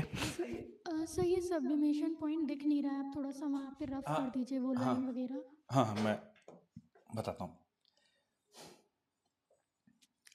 सब्लिमेशन लाइन ये है बेटा, ये जो डी से लेकर ये वाला पॉइंट है, मैं इसको ओ लिख देता हूं, ठीक है। तो ये जो डी से लेकर ओ तक है ये सब्लिमेशन वाली स्टेज है, ठीक है, क्योंकि यहाँ पे सॉलिड और वेपर को एग्जिस्ट कर रहे हैं इस वाली लाइन के अकॉर्डिंग। तो जैसे जैसे आप प्रेशर बढ़ाएंगे तो आप देख रहे हो कि सब्लिमेशन वाला टेम्परेचर बढ़ता जाएगा, ठीक है। जिस पॉइंट पे जिस टेम्परेचर में दोनों इंटर कन्वर्जन होंगे वो बढ़ता जाएगा। Okay sir. सर ये नॉर्मल मेल्टिंग पॉइंट के बारे में बता दो थोड़ा सा। ये वाला normal melting point 0 degree Celsius, yes sir. ठीक है। तो देखिए जैसे आप अगर एक्सटर्नल प्रेशर दो तरीके से कर सकते हैं, जैसे 0 डिग्री सेल्सियस मेल्टिंग पॉइंट है, ठीक है। मेल्टिंग पॉइंट वो टेम्परेचर है जहां पे लिक्विड और सॉलिड कोएग्जिस्ट करते हैं। तो अगर आप प्रेशर बढ़ाते जाएंगे, ठीक है, जैसे प्रेशर बढ़ाते जा रहे हैं आप लगातार, तो मान लीजिए 0.61 एटमॉस्फेरिक प्रेशर है, तो 0.61 एटमॉस्फेरिक प्रेशर पे 0.01 डिग्री सेल्सियस मेल्टिंग पॉइंट है। अब जैसे जैसे आप प्रेशर बढ़ाते जाएंगे तो देखो मेल्टिंग पॉइंट जो 0.01 है वो मेल्टिंग पॉइंट घटते घटते घटते घटते घटते 0 पहुंचा और फिर नेगेटिव में चला गया, ठीक है। तो जैसे जैसे आप प्रेशर बढ़ाते जाएंगे मेल्टिंग पॉइंट की वैल्यू घटती जाएगी, मतलब 0 डिग्री सेल्सियस से नेगेटिव में पहुंचता जाएगा, ठीक है, जैसे जैसे आप प्रेशर को बढ़ाते जाएंगे। तो जैसे आप प्रेशर बढ़ाएंगे ना तो मेल्टिंग की टेंडेंसी बढ़ती जाएगी। ठीक है, जल्दी मेल्ट करने की कोशिश करेगा अगर आप बाहर का प्रेशर बढ़ा देंगे तो। Okay sir.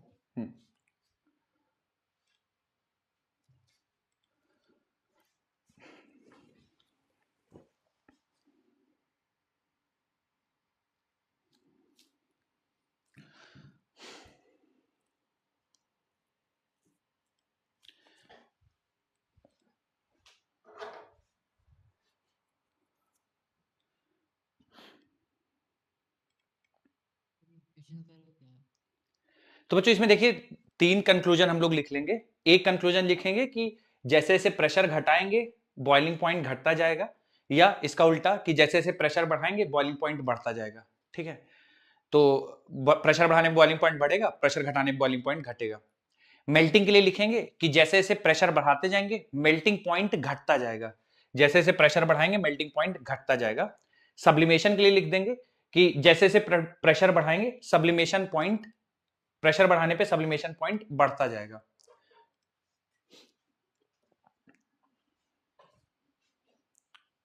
तो 3 चीजें लिख लीजिए बच्चों, प्रेशर बढ़ाने पे बॉइलिंग पॉइंट बढ़ता जाएगा, प्रेशर बढ़ाने पे सब्लिमेशन पॉइंट बढ़ता जाएगा,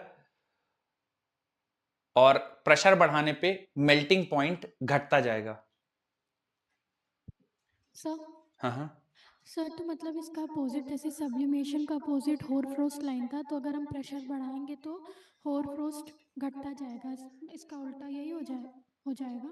बिल्कुल बिल्कुल, लेकिन ये ध्यान रखिएगा जैसे सब्लिमेशन पॉइंट हो गया या होर फ्रॉस्ट पॉइंट हो गया, मतलब जिस पॉइंट पे जिस टेम्परेचर पे दोनों इक्विलिब्रियम पे हैं, जैसे तो वो उस केस में फिर नहीं रहेगा। मतलब कि जैसे सॉलिड है और सब्लिमेशन, यानी ये वेपर फेज है और सॉलिड फेज है, तो वेपर फेज और सॉलिड फेज जिस टेम्परेचर पे कोएग्जिस्ट करेंगे उसको आप सब्लिमेशन पॉइंट भी बोल सकते हैं और होर फ्रोस्ट पॉइंट भी बोल सकते हैं।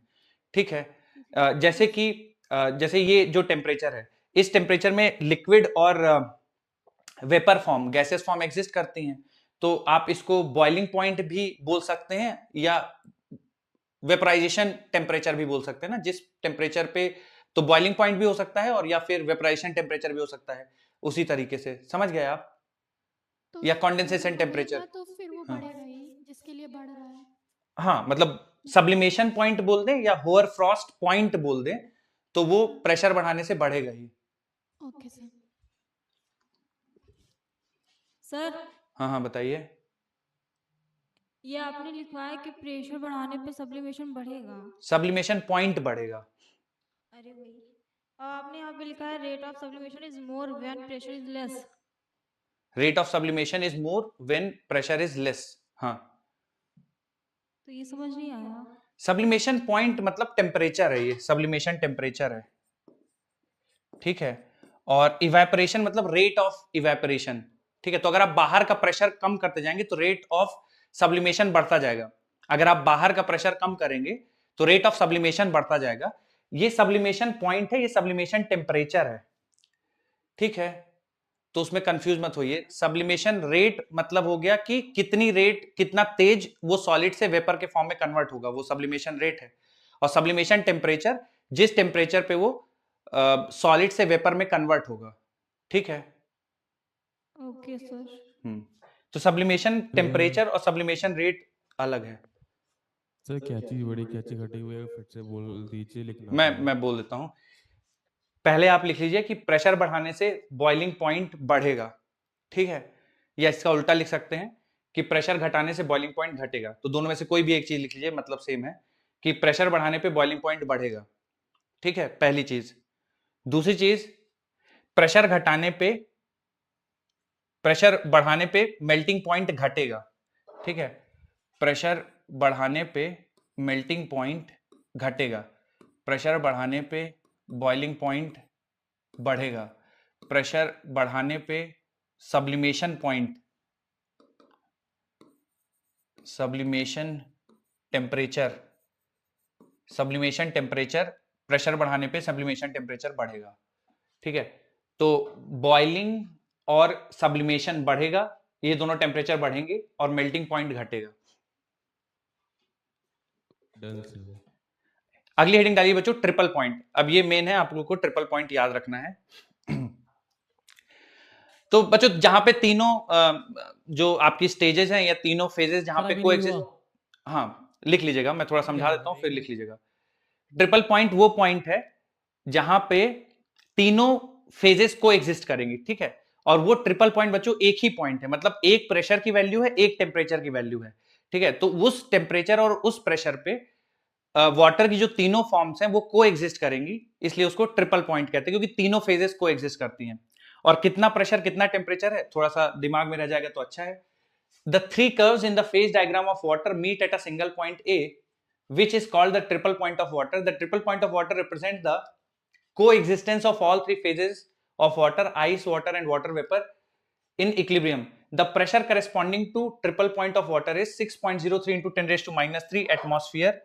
ठीक है बच्चों, तो इतना एटमॉस्फेरिक प्रेशर है, ठीक है। 6.03 इंटू 10 के पावर माइनस 3 एटमॉस्फेरिक प्रेशर है, ठीक है। तो 6.03 इंटू 10 के पावर माइनस 3 इंटू एक एटमॉस्फेरिक प्रेशर बराबर बच्चों 10 रेज़ टू 5 पास्कल। तो अगर आप पास्कल के फॉर्म में लिखना चाहें तो 6.03 इंटू 10 के पावर 2 पास्कल इतना प्रेशर होगा।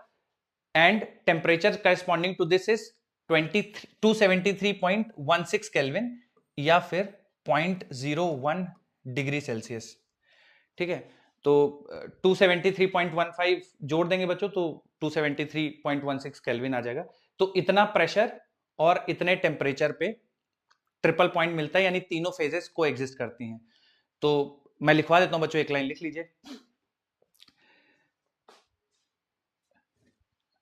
It is the point at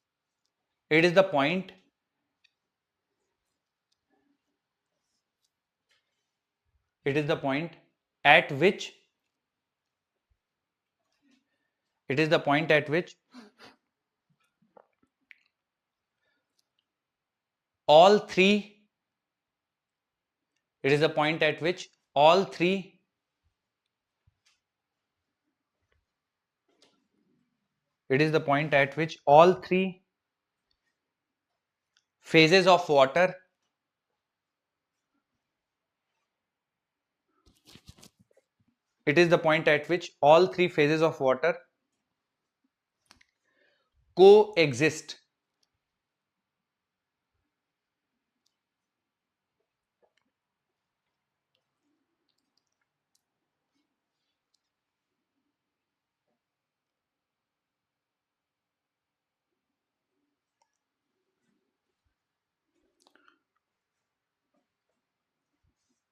sir एक बार शुरू से रिपीट कर दो। It is the point at which all three phases of water coexist.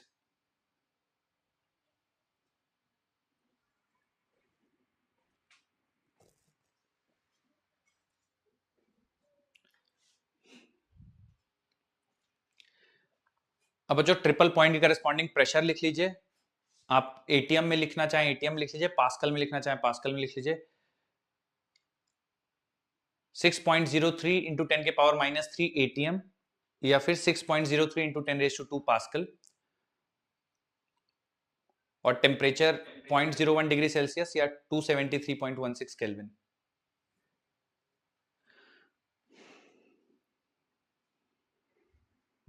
So physically मतलब ऐसा पॉसिबल है, मतलब किसी ने ऐसा देखा है जो ये सब पॉइंट्स वगैरह बता रहे हैं जो?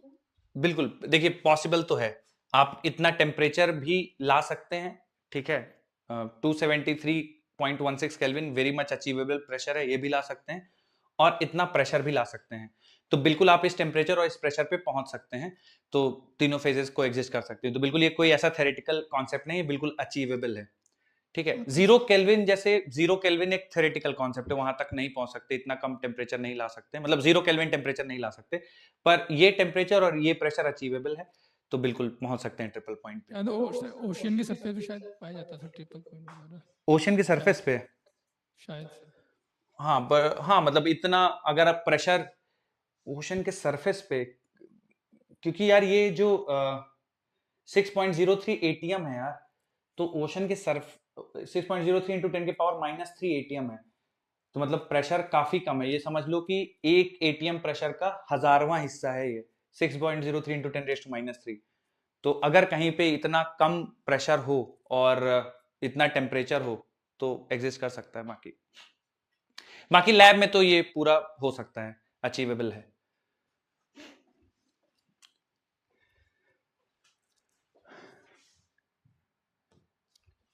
बच्चों अगली हेडिंग डालिए।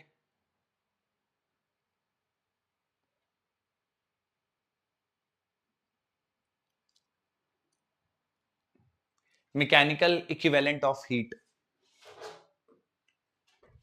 मेरे हिसाब से आज हम लोग की फिजिक्स की पहली क्लास होगी बच्चों जिसमें हम लोगों ने स्लाइड बैक कर देते हैं। बिल्कुल सर स्लाइड बैक कर दीजिए। बिल्कुल एक सेकंड। क्या कह रहे हैं सर? पहली हम लोग की फिजिक्स की क्लास होगी जिसमें हम लोगों ने एक भी न्यूमेरिकल सॉल्व नहीं किया है। यस सर, सही बात है सर।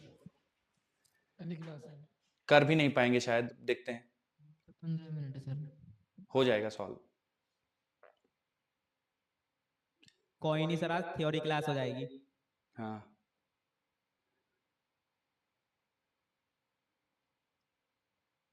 वैसे बच्चों तुम लोगों ने इवेपोरेशन और ये सब जो हम लोगों ने आज पढ़ी है थ्योरी, सब्लिमेशन, इवेपोरेशन, ये तुम लोगों ने केमिस्ट्री में भी तो पढ़ी होंगी या नहीं पढ़ा है केमिस्ट्री में? गैसेस सब पढ़ लिया सर, सब केमिस्ट्री पढ़ लिया। ये सब पढ़ लिया तुम लोगों ने? Yes sir yes sir. ITS का केमिस्ट्री में सॉल्यूशन से तुम जवाब तो कुछ नहीं दे रहे तुम लोग, एक भी जवाब नहीं दे रहे थे, कुछ बता ही नहीं, चुपचाप बैठे थे। याद नहीं क्या तुम लोगों को? कब के आईटीएस का सिलेबस था ये? कल के, परसों के। अच्छा, जो अभी होने वाला टेस्ट है उसमें यही सिलेबस है? यस सर केमिस्ट्री में। ठीक है। हाँ बच्चों हेडिंग डाल लीजिए, मैकेनिकल इक्विवेलेंट ऑफ हीट। अब देखिए बच्चों, अगर ये नहीं भी पता होता तो ऐसा नहीं होता कि आपके सवाल नहीं बनते, सवाल सब आपसे बन जाते। ठीक है, इसमें कुछ भी ऐसा नहीं है। ठीक है, ये बस वर्क और हीट में रिलेशन बताता है। ठीक है, तो जैसे हम लोग बोलते हैं बच्चों की 1 कैलोरी बराबर 4.2 जूल, तो ये बस इतना बताता है बच्चों कि अगर आप 1 कैलोरी हीट प्रोड्यूस करना चाहते हैं तो आपको 4.2 जूल वर्क करना पड़ेगा। ठीक है, तो W बराबर हम लोग लिखते हैं बच्चों JH, तो H बराबर W अपॉन J। ठीक है, तो अगर आप 1 कैलोरी हीट प्रोड्यूस करना चाहते हैं, ये H मतलब हीट, तो आपको वर्क करना पड़ेगा। मतलब अगर आप 1 कैलोरी हीट प्रोड्यूस करना चाहते हैं तो 4.2 जूल आपको वर्क करना पड़ेगा। तो ये जो J है W अपॉन H, इस J की वैल्यू हम लोग को निकालनी है। J कहलाता है जूल्स कांस्टेंट, तो J बराबर हो जाएगा W अपॉन H, यानी 4.2 जूल, और ये कैलोरी है। तो J की जो बच्चों यूनिट हो जाएगी वो 4.2 जूल पर कैलोरी है। तो ये मतलब एक तरह से बच्चों देखिए हीट और वर्क का रिलेशन है। हालांकि हीट और वर्क का रिलेशन ऐसा नहीं है कि आपको लिखने की जरूरत है, क्योंकि हीट और वर्क दोनों एनर्जी के ही फॉर्म है। ठीक है, तो अगर आपको कन्वर्जन करना है कि कैलोरी को जूल में कैसे कन्वर्ट करना है, तो 1 कैलोरी बराबर 4.2 जूल, या आप इस तरह से जूल कांस्टेंट याद रख सकते हैं कि 1 joule constant equal to 4.2 joule per calorie. तो आप मल्टीप्लाई करके W बराबर JH, यानी अगर आप वर्क को मतलब कैलोरी को कन्वर्ट करना चाहते हैं वर्क में तो 4.2 से मल्टीप्लाई कर दीजिए, एंड वाइस वर्सा। ठीक है, जैसे W बराबर JH है ना, W बराबर JH, तो आप अगर निकालना चाहते हैं कि 1 कैलोरी कितने जूल के बराबर है, यानी 1 कैलोरी हीट कितने कितने वर्क के इक्विवेलेंट है, तो W बराबर J का वैल्यू हो गया 4.2 और H का वैल्यू हो गया 1, तो 1 कैलोरी 4.2 जूल के बराबर है।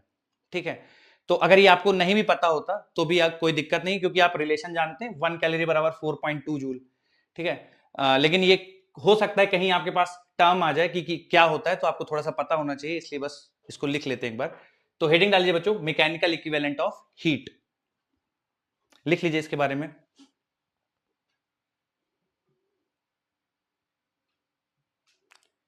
लिखिए, वर्क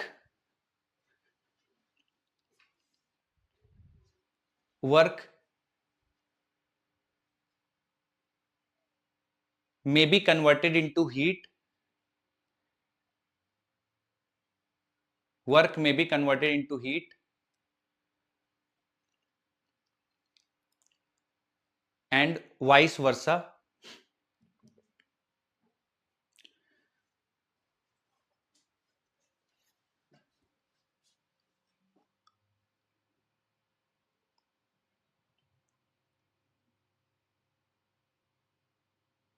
अगला पॉइंट लिखिए बच्चों। सर रीड के बाद क्या बोला आपने? वाइस वर्सा, ये लिखा हुआ है, मैंने यही लाइन बोली है जो लिखी हुई बोर्ड पे। Work can be converted into heat and vice versa. समझ गए।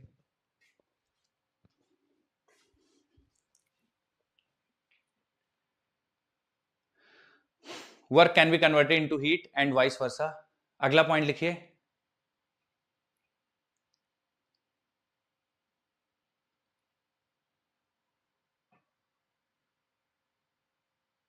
In order to produce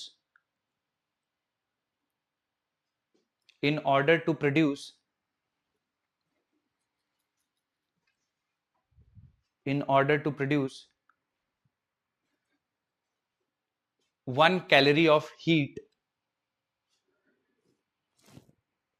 in order to produce 1 calorie of heat,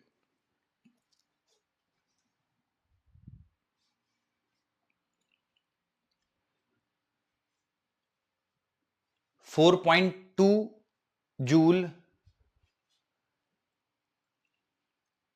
in order to produce 1 calorie of heat, 4.2 joule work needs to be done.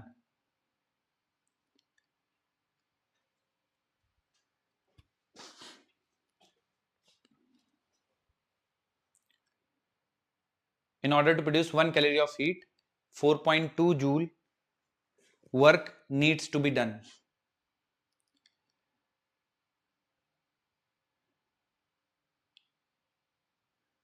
अगला point लिखिए बच्चों।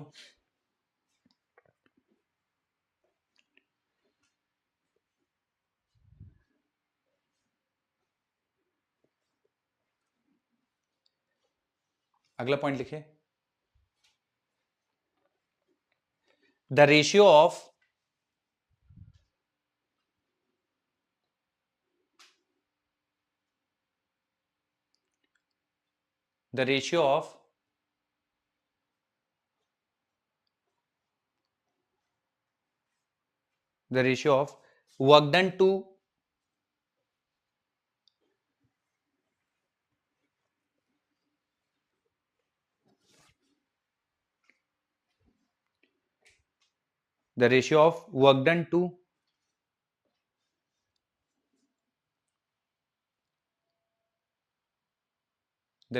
work done to heat produced,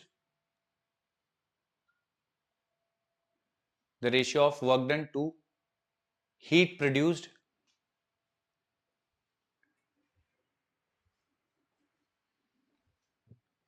ratio of work done 2 के बाद ratio of work done to heat produced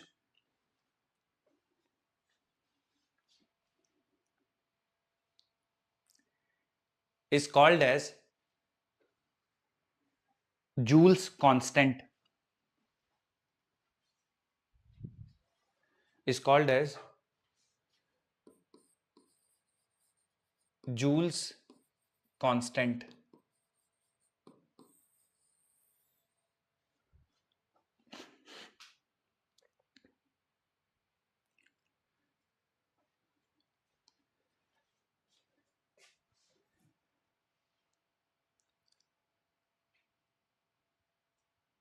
बस बच्चों, ठीक है। तो कुछ मतलब इसमें मतलब कुछ खास है नहीं, ये तो पहले से ही आप जानते थे कि 1 कैलोरी बराबर 4.2 जूल होता है। तो जैसे आप अगर कोई मैकेनिकल वर्क कर रहे हो और उससे हीट प्रोड्यूस हो रही है तो 4.2 जूल आपको वर्क करना पड़ेगा 1 कैलोरी हीट प्रोड्यूस करने के लिए, ठीक है। और ये जो रेशियो है 4.2 जूल पर कैलोरी, मतलब 1 कैलोरी 4.2 जूल के इक्विवेलेंट है। यही बच्चों जूल्स कांस्टेंट कहलाता है या मैकेनिकल इक्विवेलेंट ऑफ हीट, ठीक है। कि मैकेनिकल इक्विवेलेंट ऑफ हीट का मतलब कि हीट जैसे कैलोरी में हम लोग एक्सप्रेस करते हैं और मैकेनिकल वर्क हम लोग जूल में एक्सप्रेस करते हैं। तो जूल और कैलोरी में हमें अगर इक्विवेलेंसी दिखानी है, रिलेशन दिखाना है, तो कैसे दिखाएंगे? तो एक कैलोरी बराबर 4.2 जूल की अगर आप मैकेनिकल वर्क को हीट में कन्वर्ट करना चाहते हैं तो एक कैलोरी हीट प्रोड्यूस करने के लिए आपको 4.2 जूल वर्क करना पड़ेगा। ठीक है, तो ये जो 4.2 है ये कांस्टेंट है। ठीक है, बस इतना ही बच्चों, और कुछ नहीं। तो ये जे है जो उसकी वैल्यू 4.2 जूल पर कैलोरी होगी। यही मैकेनिकल, यही जूल्स कांस्टेंट कहलाता है और यही मैकेनिकल इक्विवेलेंट ऑफ हीट है। ये जो जे है यही जूल्स कांस्टेंट है और यही मैकेनिकल इक्विवेलेंट ऑफ हीट है, 4.2 जूल पर कैलोरी। एक और बच्चों डेफिनेशन है, खत्म ही कर लेते हैं आज definition.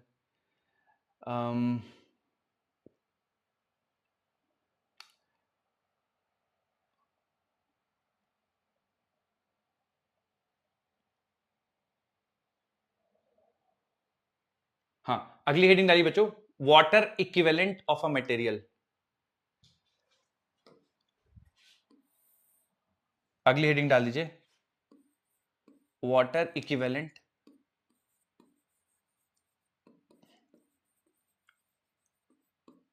Of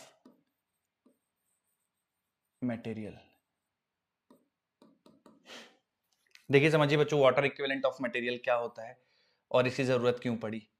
water equivalent of material, जैसे बच्चों मान लीजिए आप पानी गर्म करना चाहते हैं, ठीक है, और आपने स्टोव में कंटेनर रख दिया, पानी गर्म करना चाहते हैं, और यहां पे बच्चों 100 ग्राम पानी है। ठीक है, और इसमें सारे प्रैक्टिकल एस्पेक्ट्स आप कंसिडर करिए। जैसे 100 ग्राम पानी है और इस पानी को आपको इसका टेम्परेचर 1 डिग्री सेल्सियस बढ़ाना है। ठीक है, 100 ग्राम पानी है। ठीक है, तो आपको कितनी हीट की रिक्वायरमेंट होगी? तो आप बोलेंगे सर बहुत आसान है, ms डेल्टा टी। ठीक है, तो m का वैल्यू बच्चों 100 ग्राम है, s ऑफ वाटर 1 और डेल्टा टी 1 डिग्री सेल्सियस, तो आपको 100 कैलोरी हीट देनी पड़ेगी अगर आप इस पानी का टेम्परेचर 1 डिग्री सेल्सियस से बढ़ाना चाहते हो। ठीक है, लेकिन बच्चों अगर आप 100 कैलोरी पूरे सिस्टम को देंगे तो पानी का टेम्परेचर 1 डिग्री सेल्सियस नहीं बढ़ेगा। कारण क्या है कि ये जो कंटेनर है ये भी कुछ हीट ले लेगा। ठीक है, तो कुछ हीट कंटेनर लेगा तो कुछ कंटेनर का टेम्परेचर बढ़ेगा और कुछ वाटर का टेम्परेचर बढ़ेगा। तो water equivalent of any material हम लोग क्यों निकालते हैं कि अगर हम इस कंटेनर को पानी से रिप्लेस कर दें, ठीक है, पानी से रिप्लेस कर दें इन द सेंस कि इस कंटेनर का वाटर इक्विवेलेंट निकाल दें। जैसे मान लीजिए 100 ग्राम पानी है और इस कंटेनर का वाटर इक्विवेलेंट मान लीजिए आ गया 200 ग्राम। ठीक है, इस कंटेनर का वाटर इक्विवेलेंट मान लीजिए आ गया 200 ग्राम। ठीक है, वाटर इक्विवेलेंट ऑफ कंटेनर एक समझाने के लिए ले रहा हूं कि मान लीजिए 200 ग्राम आ गया, तो अब हम ऐसा समझेंगे कि हमारा पानी 100 ग्राम तो पानी है और कंटेनर का जो वाटर इक्विवेलेंट आया है वो 200 ग्राम है। तो इन शॉर्ट अब हमारा क्या है, टोटल हमारे पास पानी है टोटल 300 ग्राम। 100 ग्राम तो एक्चुअल पानी है, एक्चुअल वाटर है 100 ग्राम, और वाटर इक्विवेलेंट इस कंटेनर का 200 ग्राम है। ठीक है, तो ओवरऑल पानी हमारे पास हो गया 300 ग्राम। तो अगर आप इस कंटेनर के अंदर रखे हुए पानी 100 ग्राम पानी का टेम्परेचर 1 डिग्री सेल्सियस बढ़ाना चाहते हो तो एक्चुअल में आपको जो हीट देनी पड़ेगी एक्चुअल में वो होगा ms डेल्टा टी। तो अब आपको हीट जो देनी पड़ेगी वो होगी ms, और डेल्टा टी 1 डिग्री सेल्सियस बढ़ाना चाहते हो तो अब 300 कैलोरी आपको हीट देनी पड़ेगी, तब जाके इस पानी का टेम्परेचर एक्चुअल में 1 डिग्री सेल्सियस बढ़ेगा। ठीक है, तो अब हमारे लिए वाटर इक्विवेलेंट का कॉन्सेप्ट यूज क्यों होता है? तो जैसे देखिए बच्चों, बड़े बड़े फैक्ट्रीज में जहां पे बॉयलर्स लगे होते हैं ना, बड़े बड़े कंटेनर्स होते हैं, उनमें पानी गर्म करते हैं, तो हमें पानी का मास पता होता है। जैसे कि कंटेनर है उसमें 100 किलो पानी आ गया और हमें उस कंटेनर का वाटर इक्विवेलेंट भी पता है। मान लीजिए उस कंटेनर का वाटर इक्विवेलेंट है लेट्स से 15 किलो। ठीक है, तो एक्चुअल में आपको अब 100 किलो पानी का टेम्परेचर आप 10 डिग्री सेल्सियस बढ़ाना चाहते हैं, पर आप 100 किलो पानी नहीं कंसिडर करेंगे क्योंकि water equivalent of container 15 kilo है, तो टोटल पानी आप मानिए कि 115 किलो है, और फिर उस 115 किलो पानी का टेम्परेचर 10 डिग्री सेंटीग्रेड बढ़ाने के लिए जितनी हीट देनी पड़ेगी उस हिसाब से आप कैलकुलेशन करेंगे। तो water equivalent of any material हमें कैलकुलेशन हमारी थोड़ा सा आसान कर देता है। अगर हमें वाटर इक्विवेलेंट ऑफ कंटेनर नहीं पता होता तो हम क्या करते, इसका टेम्परेचर 1 डिग्री सेल्सियस बढ़ाने के लिए जितनी हीट चाहिए उसका अलग से निकालते, और इस कंटेनर का फिर 1 डिग्री सेल्सियस बढ़ाने के लिए जितनी हीट लगती उसको अलग से निकालते और फिर दोनों को जोड़ते। ठीक है, तो water equivalent of any material हमें यह बता देता है कि उस कंटेनर की जगह आप पानी मान के प्रॉब्लम को सॉल्व कर सकते हैं। बच्चों थोड़ा बहुत समझ में आया है आपको वाटर इक्विवेलेंट क्या है और क्यों यूज होता है? ठीक है सर, वाटर इक्विवेलेंट का मतलब समझ नहीं आया, इस वर्ड का मतलब वाटर इक्विवेलेंट। वाटर इक्विवेलेंट मतलब पानी के बराबर। ठीक है, जैसे ये कंटेनर है आपका, ठीक है, इसमें 100 ग्राम पानी है, आप इसका टेम्परेचर 1 डिग्री सेल्सियस बढ़ाना चाहते हैं। अब आप अगर मान लीजिए 100 ग्राम पानी मान के इसका टेम्परेचर 1 डिग्री सेल्सियस ऐसा मान के हीट देंगे, तो मान लीजिए आपने 100 कैलोरी हीट दी, पर पानी का टेम्परेचर 1 डिग्री सेल्सियस नहीं बढ़ेगा। कारण क्या है कि आप 100 कैलोरी हीट देंगे, उसमें से कुछ पानी ले लेगा और कुछ कंटेनर ले लेगा, तो आपका पानी का टेम्परेचर 1 डिग्री सेल्सियस नहीं बढ़ेगा, उससे कुछ कम बढ़ेगा। पर अगर आप 1 डिग्री सेल्सियस ही बढ़ाना चाहते हैं तो पानी को कितना देना पड़ेगा हीट, उसका टेम्परेचर 1 डिग्री सेल्सियस बढ़ाने के लिए, साथ ही साथ कंटेनर को कितना टेम्परेचर, कितना हीट देना पड़ेगा कंटेनर का टेम्परेचर 1 डिग्री सेल्सियस बढ़ाने के लिए। फिर उन दोनों हीट को जोड़ देंगे तो आपका फाइनल आंसर आ जाएगा कि हमें अगर इस कंटेनर के साथ पानी का टेम्परेचर 1 डिग्री सेल्सियस बढ़ाना है तो कितनी हीट देनी पड़ेगी।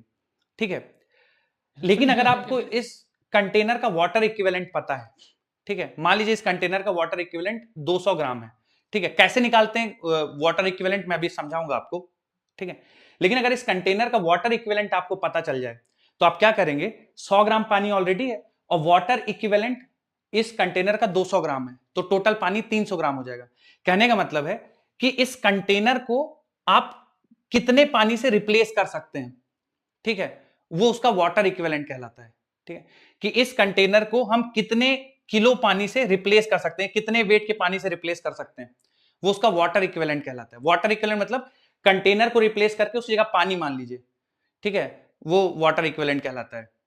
ठीक है, तो कैलकुलेशन थोड़ा सा आसान हो जाता है अगर हमें वाटर इक्विवेलेंट पता है किसी मटेरियल का। तो हाँ, अगर मिसाल के तौर पर हम जो है पानी का 1 ग्राम पानी वाटर का कोई टेम्परेचर बढ़ाना चाहते हैं 1 डिग्री सेल्सियस, यानी 1 ग्राम वाटर का अगर हम 1 डिग्री सेल्सियस टेम्परेचर बढ़ाना चाहते हैं, तो किसी मटेरियल के कितना जो है वो अमाउंट हम लेके उसका भी जो है 1 डिग्री सेल्सियस बढ़ जाए, एब्सोल्युटली, उसको जो है वाटर के इक्विवेलेंट कह सकते हैं। बिल्कुल बिल्कुल, ये डेफिनेशन बता दी आपने। तो वाटर इक्विवेलेंट में आपको पर्पस बता दें कि वाटर इक्विवेलेंट निकालना क्यों अच्छा है हमारे लिए, कि जैसे 100 ग्राम है और इस कंटेनर का वाटर इक्विवेलेंट पता है, तो जितना पानी है उसमें इस कंटेनर का वाटर इक्विवेलेंट का मास और जोड़ देंगे तो टोटल मास हमारे पास आ जाएगा, और उसका टेम्परेचर 1 डिग्री सेल्सियस बढ़ाने के लिए जितनी हीट की जरूरत पड़ेगी, फिर पूरा हम लोग को कैलकुलेशन करना थोड़ा सा आसान हो जाएगा।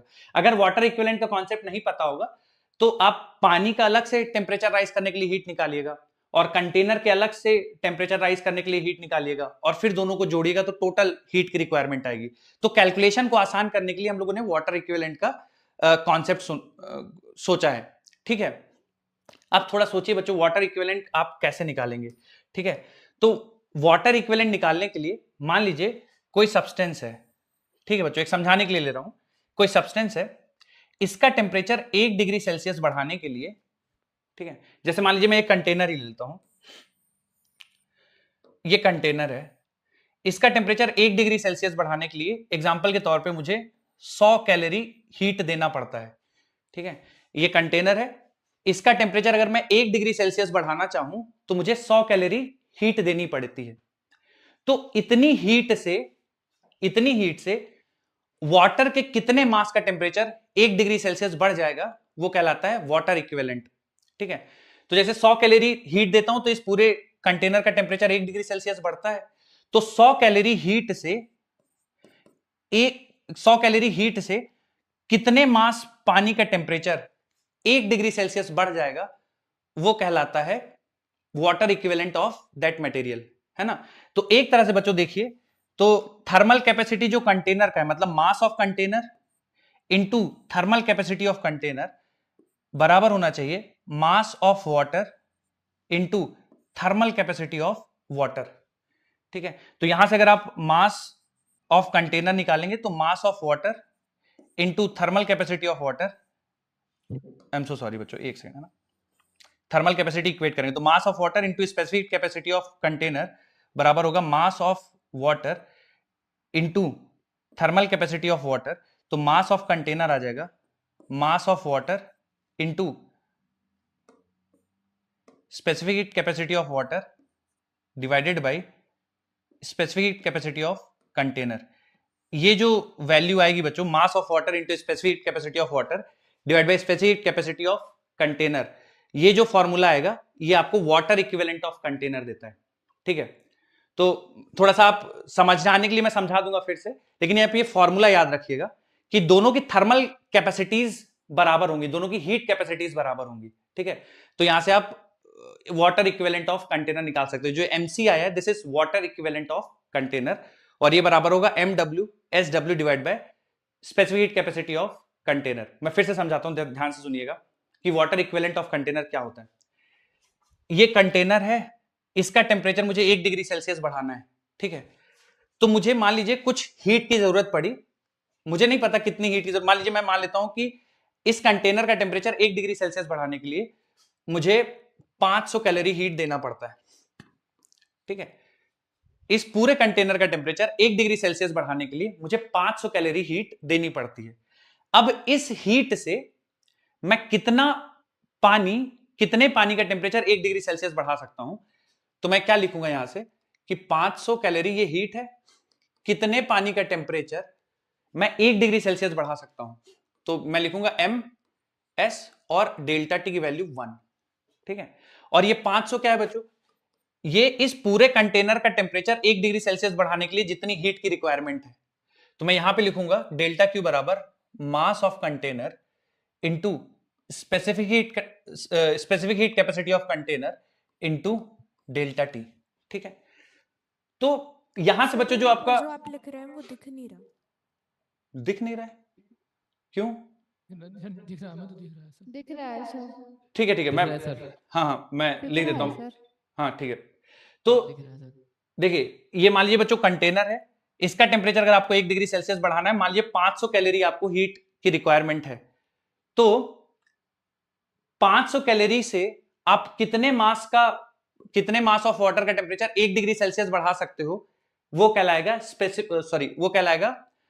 Water equivalent of material. ठीक है, तो यहां से अगर आप दोनों को इक्वेट करेंगे तो यहां से mass water equivalent of container MW, इसकी वैल्यू आ जाएगी बच्चों MCSC डिवाइडेड बाई SW।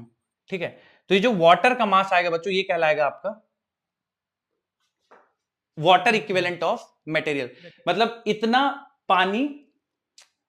इतने पानी का जो मास है आप इस कंटेनर से रिप्लेस कर सकते हो। सर हाँ टाइम हो गया काफी टाइम का। हाँ यार, अब रुक जाओ, अभी इसको खत्म कर लेते हैं, है ना, इसको खत्म कर लेते हैं फिर बस डन है। तो एक लाइन बच्चों लिख लीजिए, इसको फिर खत्म करते हैं, water equivalent of material heading डालिए और इसको खत्म करते हैं बच्चों, फिर डन, लास्ट है।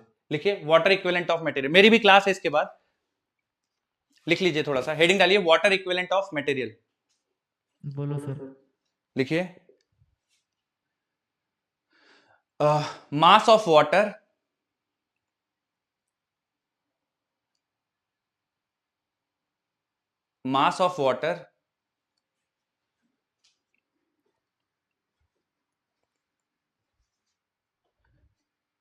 mass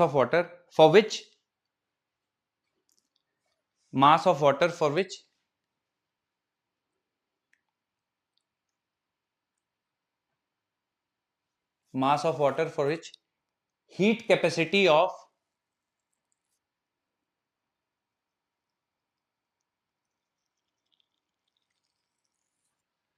mass of water for which heat capacity of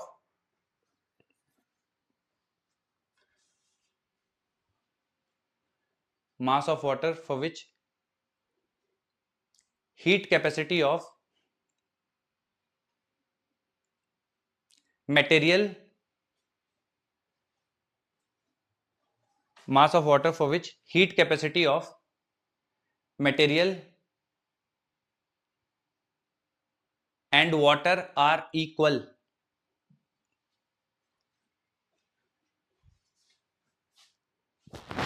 Mass of water for which heat capacity of material and water are equal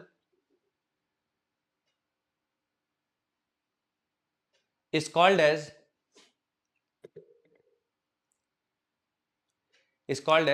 water equivalent of material.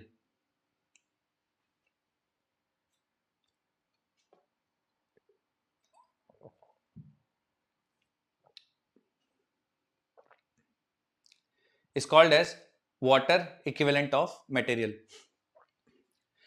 बच्चों ये फॉर्मूला नोट कर लीजिएगा, MW बराबर MC/SC divide by SW।